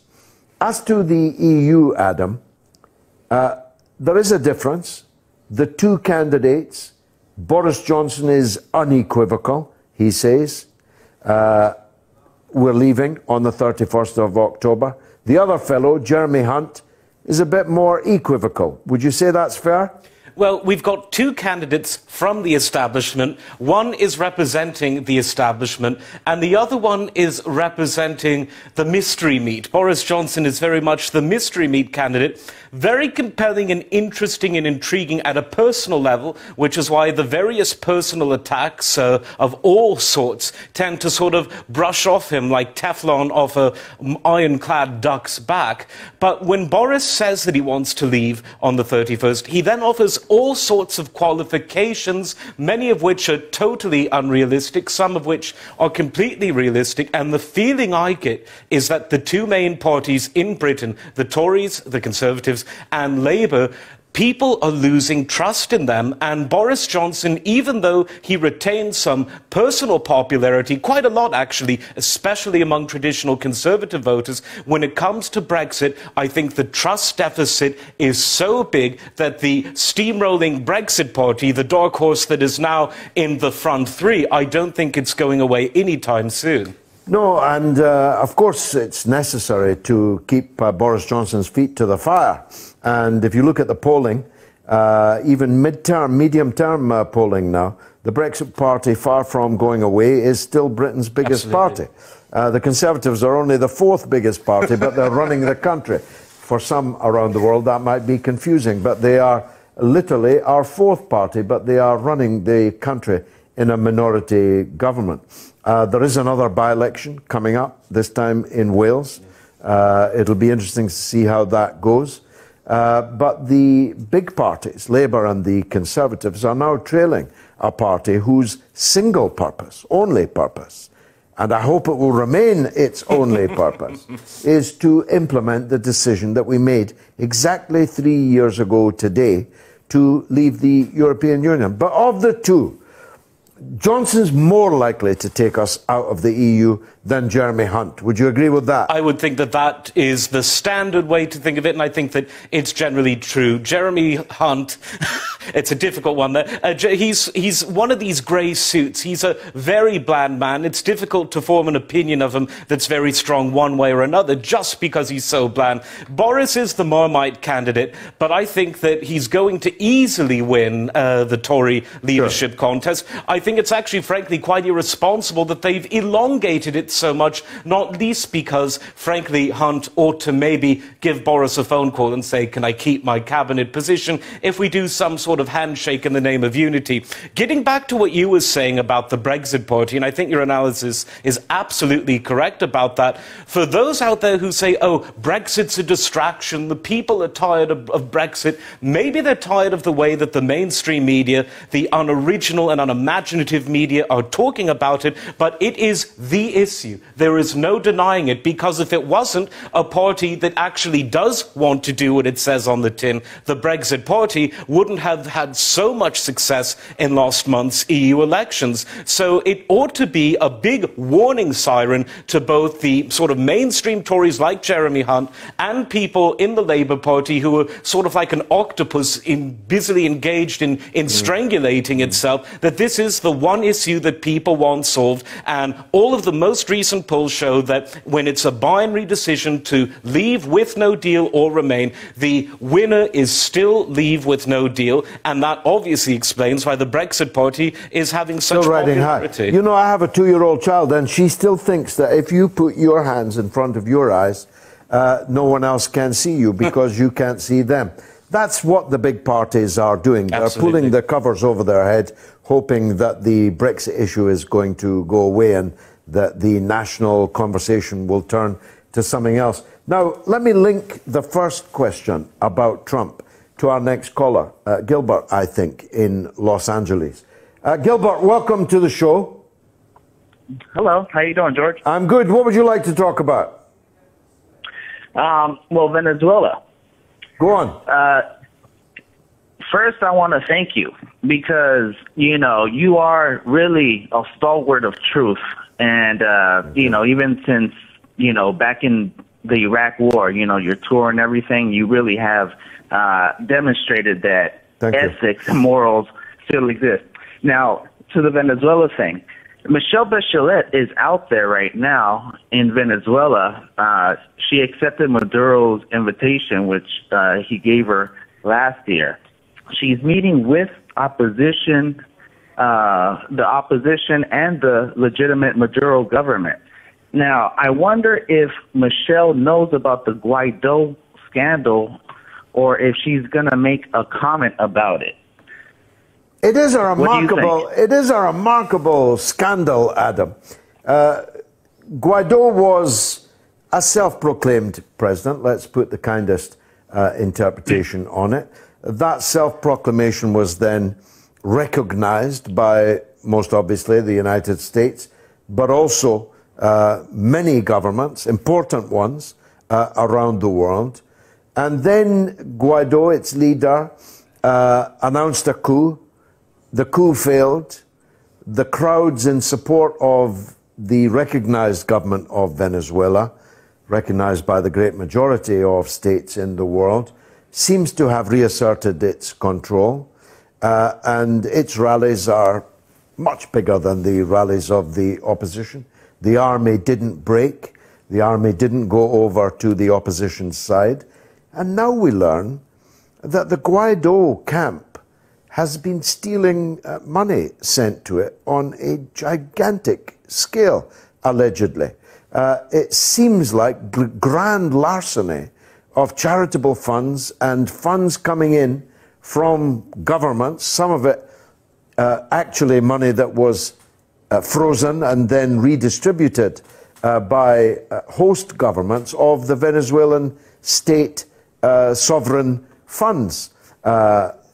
In Britain, for example, we seized a huge amount of Venezuelan gold, and some of these monies are being sent to a group of people who are allegedly actually stealing it for themselves.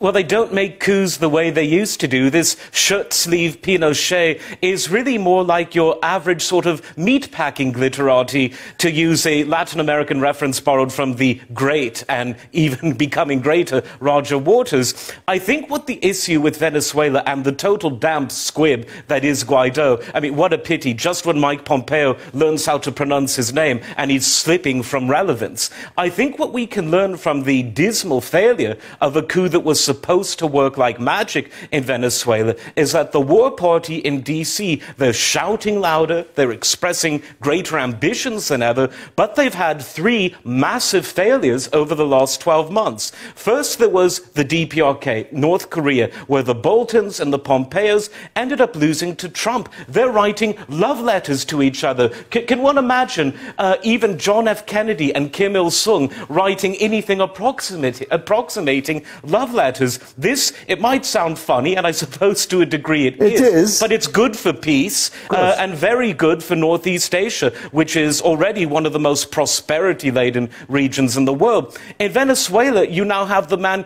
claiming to be legitimate without legitimacy, claiming to be honest without any mandate, and now claiming to be whiter than white, and it turns out he's something of a crook. So a massive failure, not only in the systematic sense, insofar as logistically it didn't work, but in the sense that the great hope of Venezuela is something of a great dope.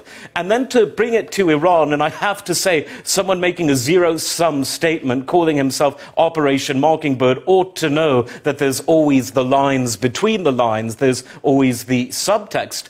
I don't think Trump is fully in charge, but crucially, John Bolton, who this deep state morass wanted to push into being in charge, well, he had those 2 failures that we just talked about, and now he's had a failure in Iran. Donald Trump put the brakes on the war machine. If that's not something worthy of a hat tip, I just don't know what is. Well, the one person, as you've just said, is common to all 3 of these fiascos. And that's John Bolton. Yes. Of course, there are others. Elliot Abrams, whom I knew in the 80s when he was presiding over mass human rights offences, crimes actually against humanity were taking place right across Central America on his watch. He's now back in charge of the Venezuela desk, but John Bolton is the man whose finger is in all 3 of these pots. And they've all turned badly for Donald Trump. Let's hear from George in Belfast. George, welcome. Hi, George. Great to hear you back on the radio again. Thank you. My question would probably be best suited to be spoken to Adam. Okay, go ahead. It concerns my homeland. I live in Belfast, and I'm very concerned about what's going to happen on Brexit with regards to the backstop. There seems to be utter confusion here. There's confusion on the island of Britain, and nobody seems to know what way to get this over the line so as everyone here on the island of Ireland can have the best future possible. Now, we should explain to the international audience who don't know what the backstop is before you answer that question. So go ahead, Adam. Well, essentially, there's been a problem which quite rightly frightens many people, not just on the island of Ireland, but on the island of Great Britain. But it shouldn't, because it's one of these manufactured projects that could, if managed improperly, become a nightmare that becomes true. The essence of it is that if Britain leaves the EU in the proper sense on WTO rules, it will mean that the Republic of Ireland will be in a customs union and single market that is ruled from Brussels, and that the United Kingdom of Great Britain and Northern Ireland will not be. This means that ostensibly, according to the fearmongers, there would be customs checks and some sort of border control dividing the island of Ireland. Oh, a bit of a linguistics lesson there. That would not be conducive to the harmonious nature that people of all varieties, Protestant, Catholic, etc., have generally enjoyed since the peace process of the late 90s, early 2000s. Here's why I think it's a load of phooey, essentially.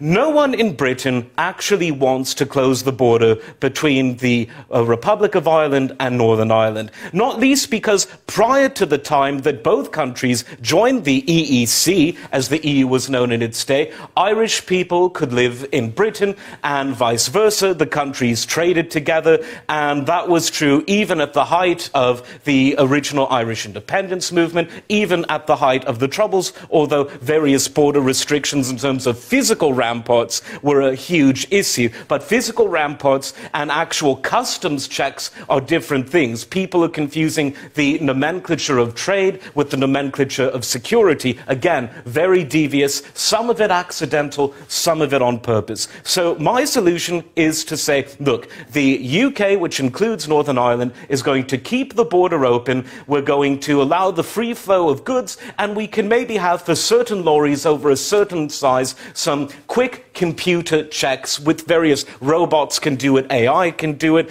and then the ball will be in the EU's court. Say, are you people going to reciprocate, or are you people so hell-bent on destroying the democratic vote that people supported in 2016 that you, the EU, are going to risk bringing the Troubles back to the Irish people? Instead of kicking the can down the road, people in Britain should kick the can on this issue to Brussels. Let them be responsible for peace. Well, how I wish that British government ministers had answered with the vim that you just have, with the gusto that you just have, but they didn't, of course. In fact, the backstop was our invention.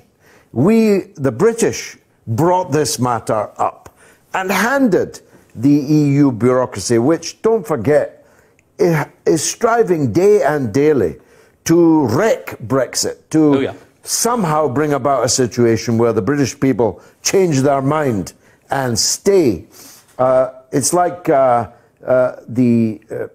topically, a brute husband imagining that the wife that he has put upon and bullied and browbeaten will somehow decide to stay as the lesser of two evils. That's the way in which the EU leadership has handled this. But there is another way that it can be handled. There's no reason for a border because there's no reason for the island of Ireland to be divided in the first place. I have spent my whole life being someone of Irish background myself. I have spent my whole life saying that the island of Ireland should be reunited. It should not be in the United Kingdom of Great Britain and Northern Ireland.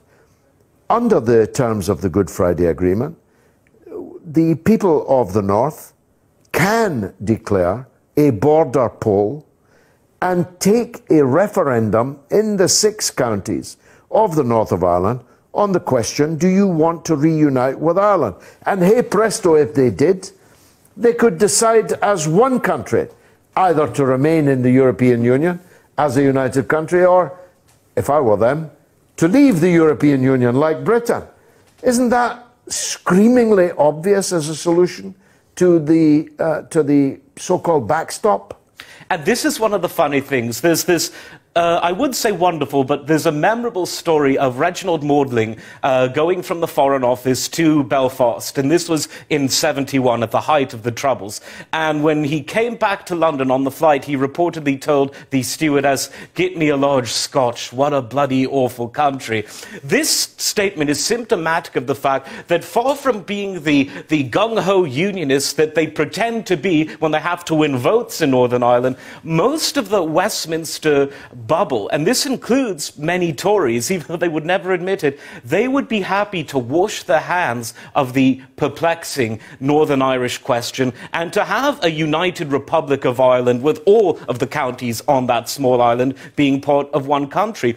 The Brexit process and the whole kerfluffle over the backstop, again, totally artificial, as you say, it's made this sort of reality a silent issue that's going to become more vocal in future years. This is going to be amplified even more if Nicola Sturgeon, the Scottish devolved leader, pips up about wanting Scotland to be independent. I know you have a totally antithetical view to Scotland that you do in respect of Northern Ireland. Well, I just don't like dividing small islands. Indeed. Let's go back. Final last word to you, caller. Cleared everything up. Adam, absolute genius. Cheers. Yeah, I told you he was clever. You, George. I told you he was the cleverest man in England. By the way, last time we were talking, when are you coming back over to Belfast? I'm not sure actually now. I mean, I've got quite heavy work commitments now, but I'll see what we can do. Thanks for the invitation. Anyway, I hope it's a few shared by everyone in the north of Ireland. I'm George Galloway. This is the mother of all talk shows. I'm joined by Ask Adam, Adam Garrie, the cleverest man in England, and Sameera Khan, the respected, independent political analyst and commentator who has joined me again now. Let me start with you, Sameera. I'm getting a lot of skepticism on the tweets about whether Bernie can do it.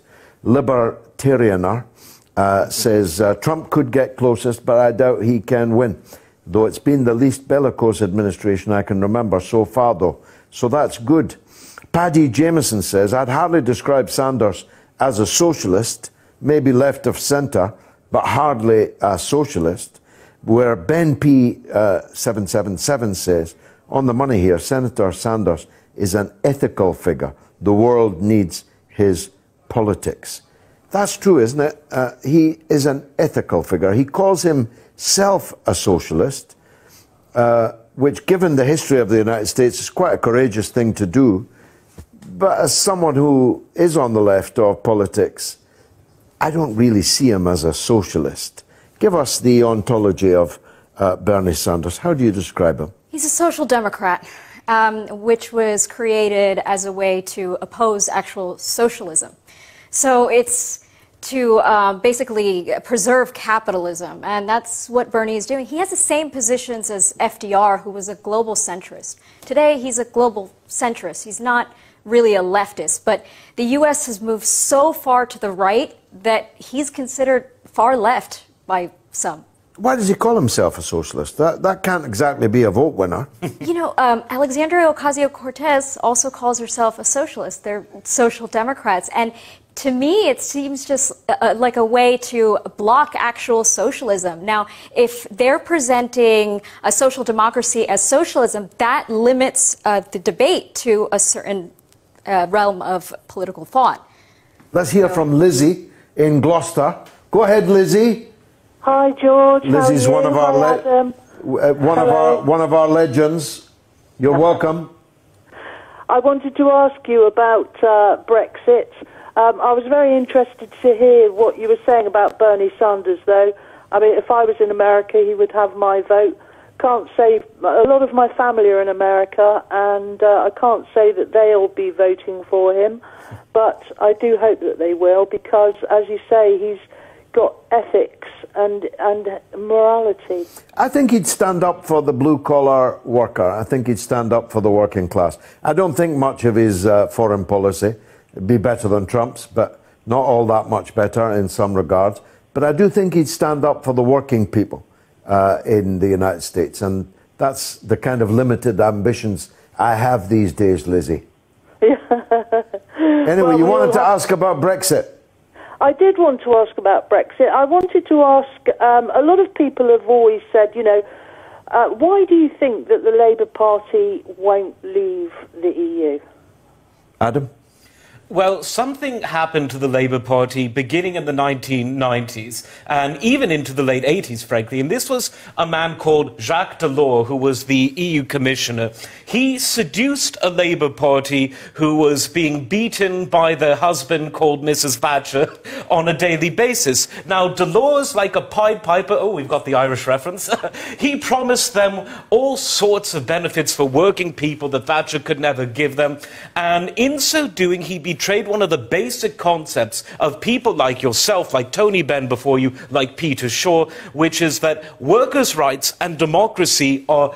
You cannot cut them apart. They are indelible. And what Delors said is, if you give up your democracy, because Thatcher will be in forever, as it turned out, defenestrated by her own party in 1990, if you just go with the EU and get rid of this quaint democracy in Parliament, then you can have everything you want. Well, Delors eventually went, and the EU revealed itself to be this kind of Vince Cable on steroids, but without the charm version of politics that it's been ever since. person that it was created to be from the beginning, and then someone who makes the laws look like a real lovey, the wicked Tony Blair, came along. Now, Blair was a man without principle, but filled with ambition, that worst kind of individual.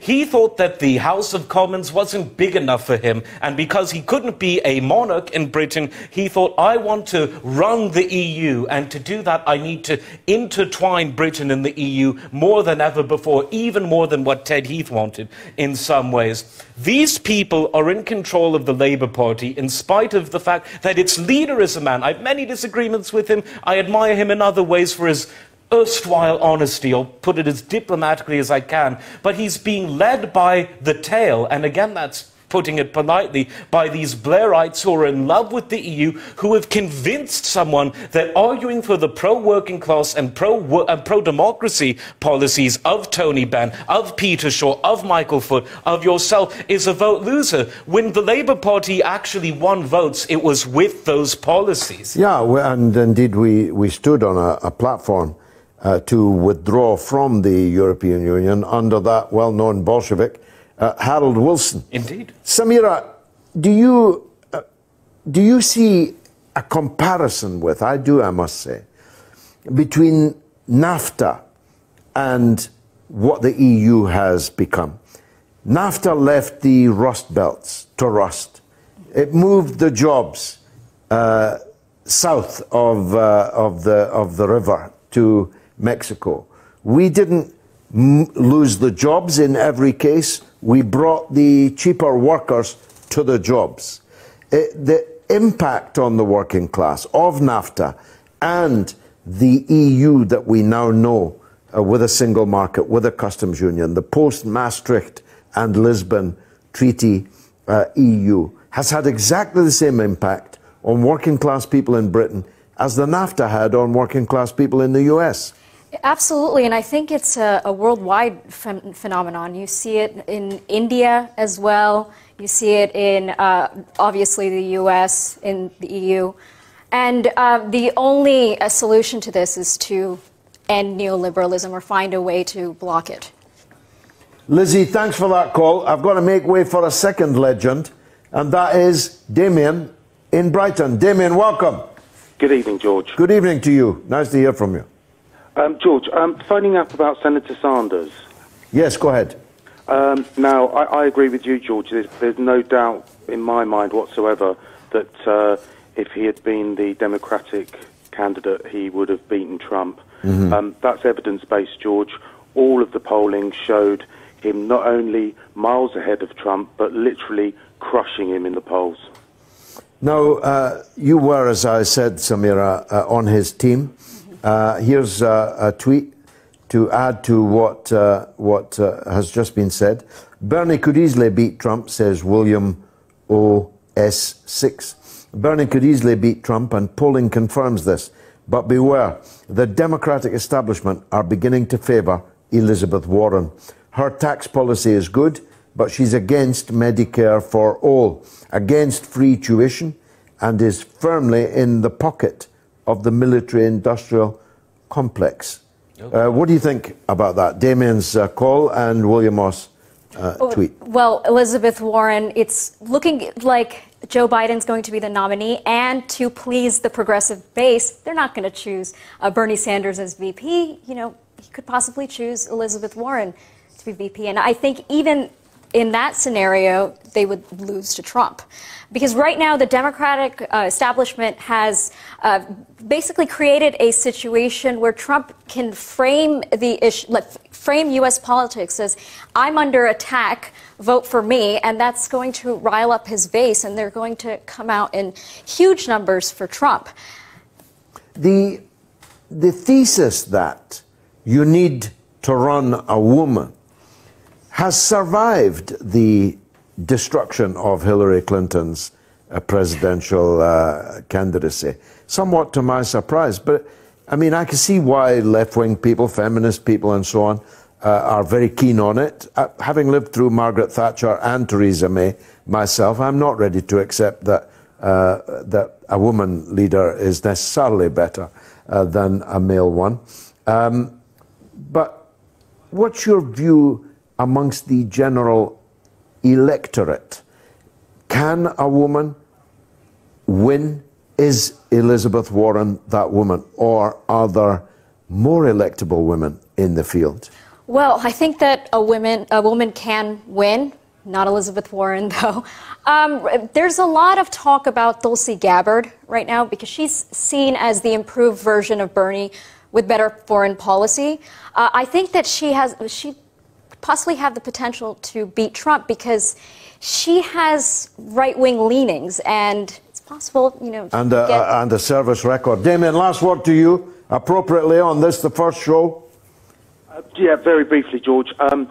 But it's not about Bernie Sanders or Jeremy Corbyn. It's about the platforms that they're standing on, which in some ways are quite similar, which are highly popular platforms. So the bottom line for me, George, is that the Democrats will only beat Trump with policy. They're not going to beat him with conspiracy theories. No, but they also need a personality, don't they, Damien? I mean, Trump is, whatever else you say about him, a big personality. A bland, you know, a Jeremy Hunt type isn't going to do it. We've lost our great legend, Damien in Brighton. Lost him only for the next week, I hope. Look, it's been marvellous for me. I hope it was for you. Thanks to my studio guests, Sameera Khan and Adam Garrie. Adam will be a regular feature on the show. So think of what you want to ask him for the next show. I'll be back next week, God willing, at the same time. Speak about the show to others, bring other listeners with you, and you can send your Skype messages at any time. We'll log them here and play them out next week. It's been marvellous. I hope it was for you.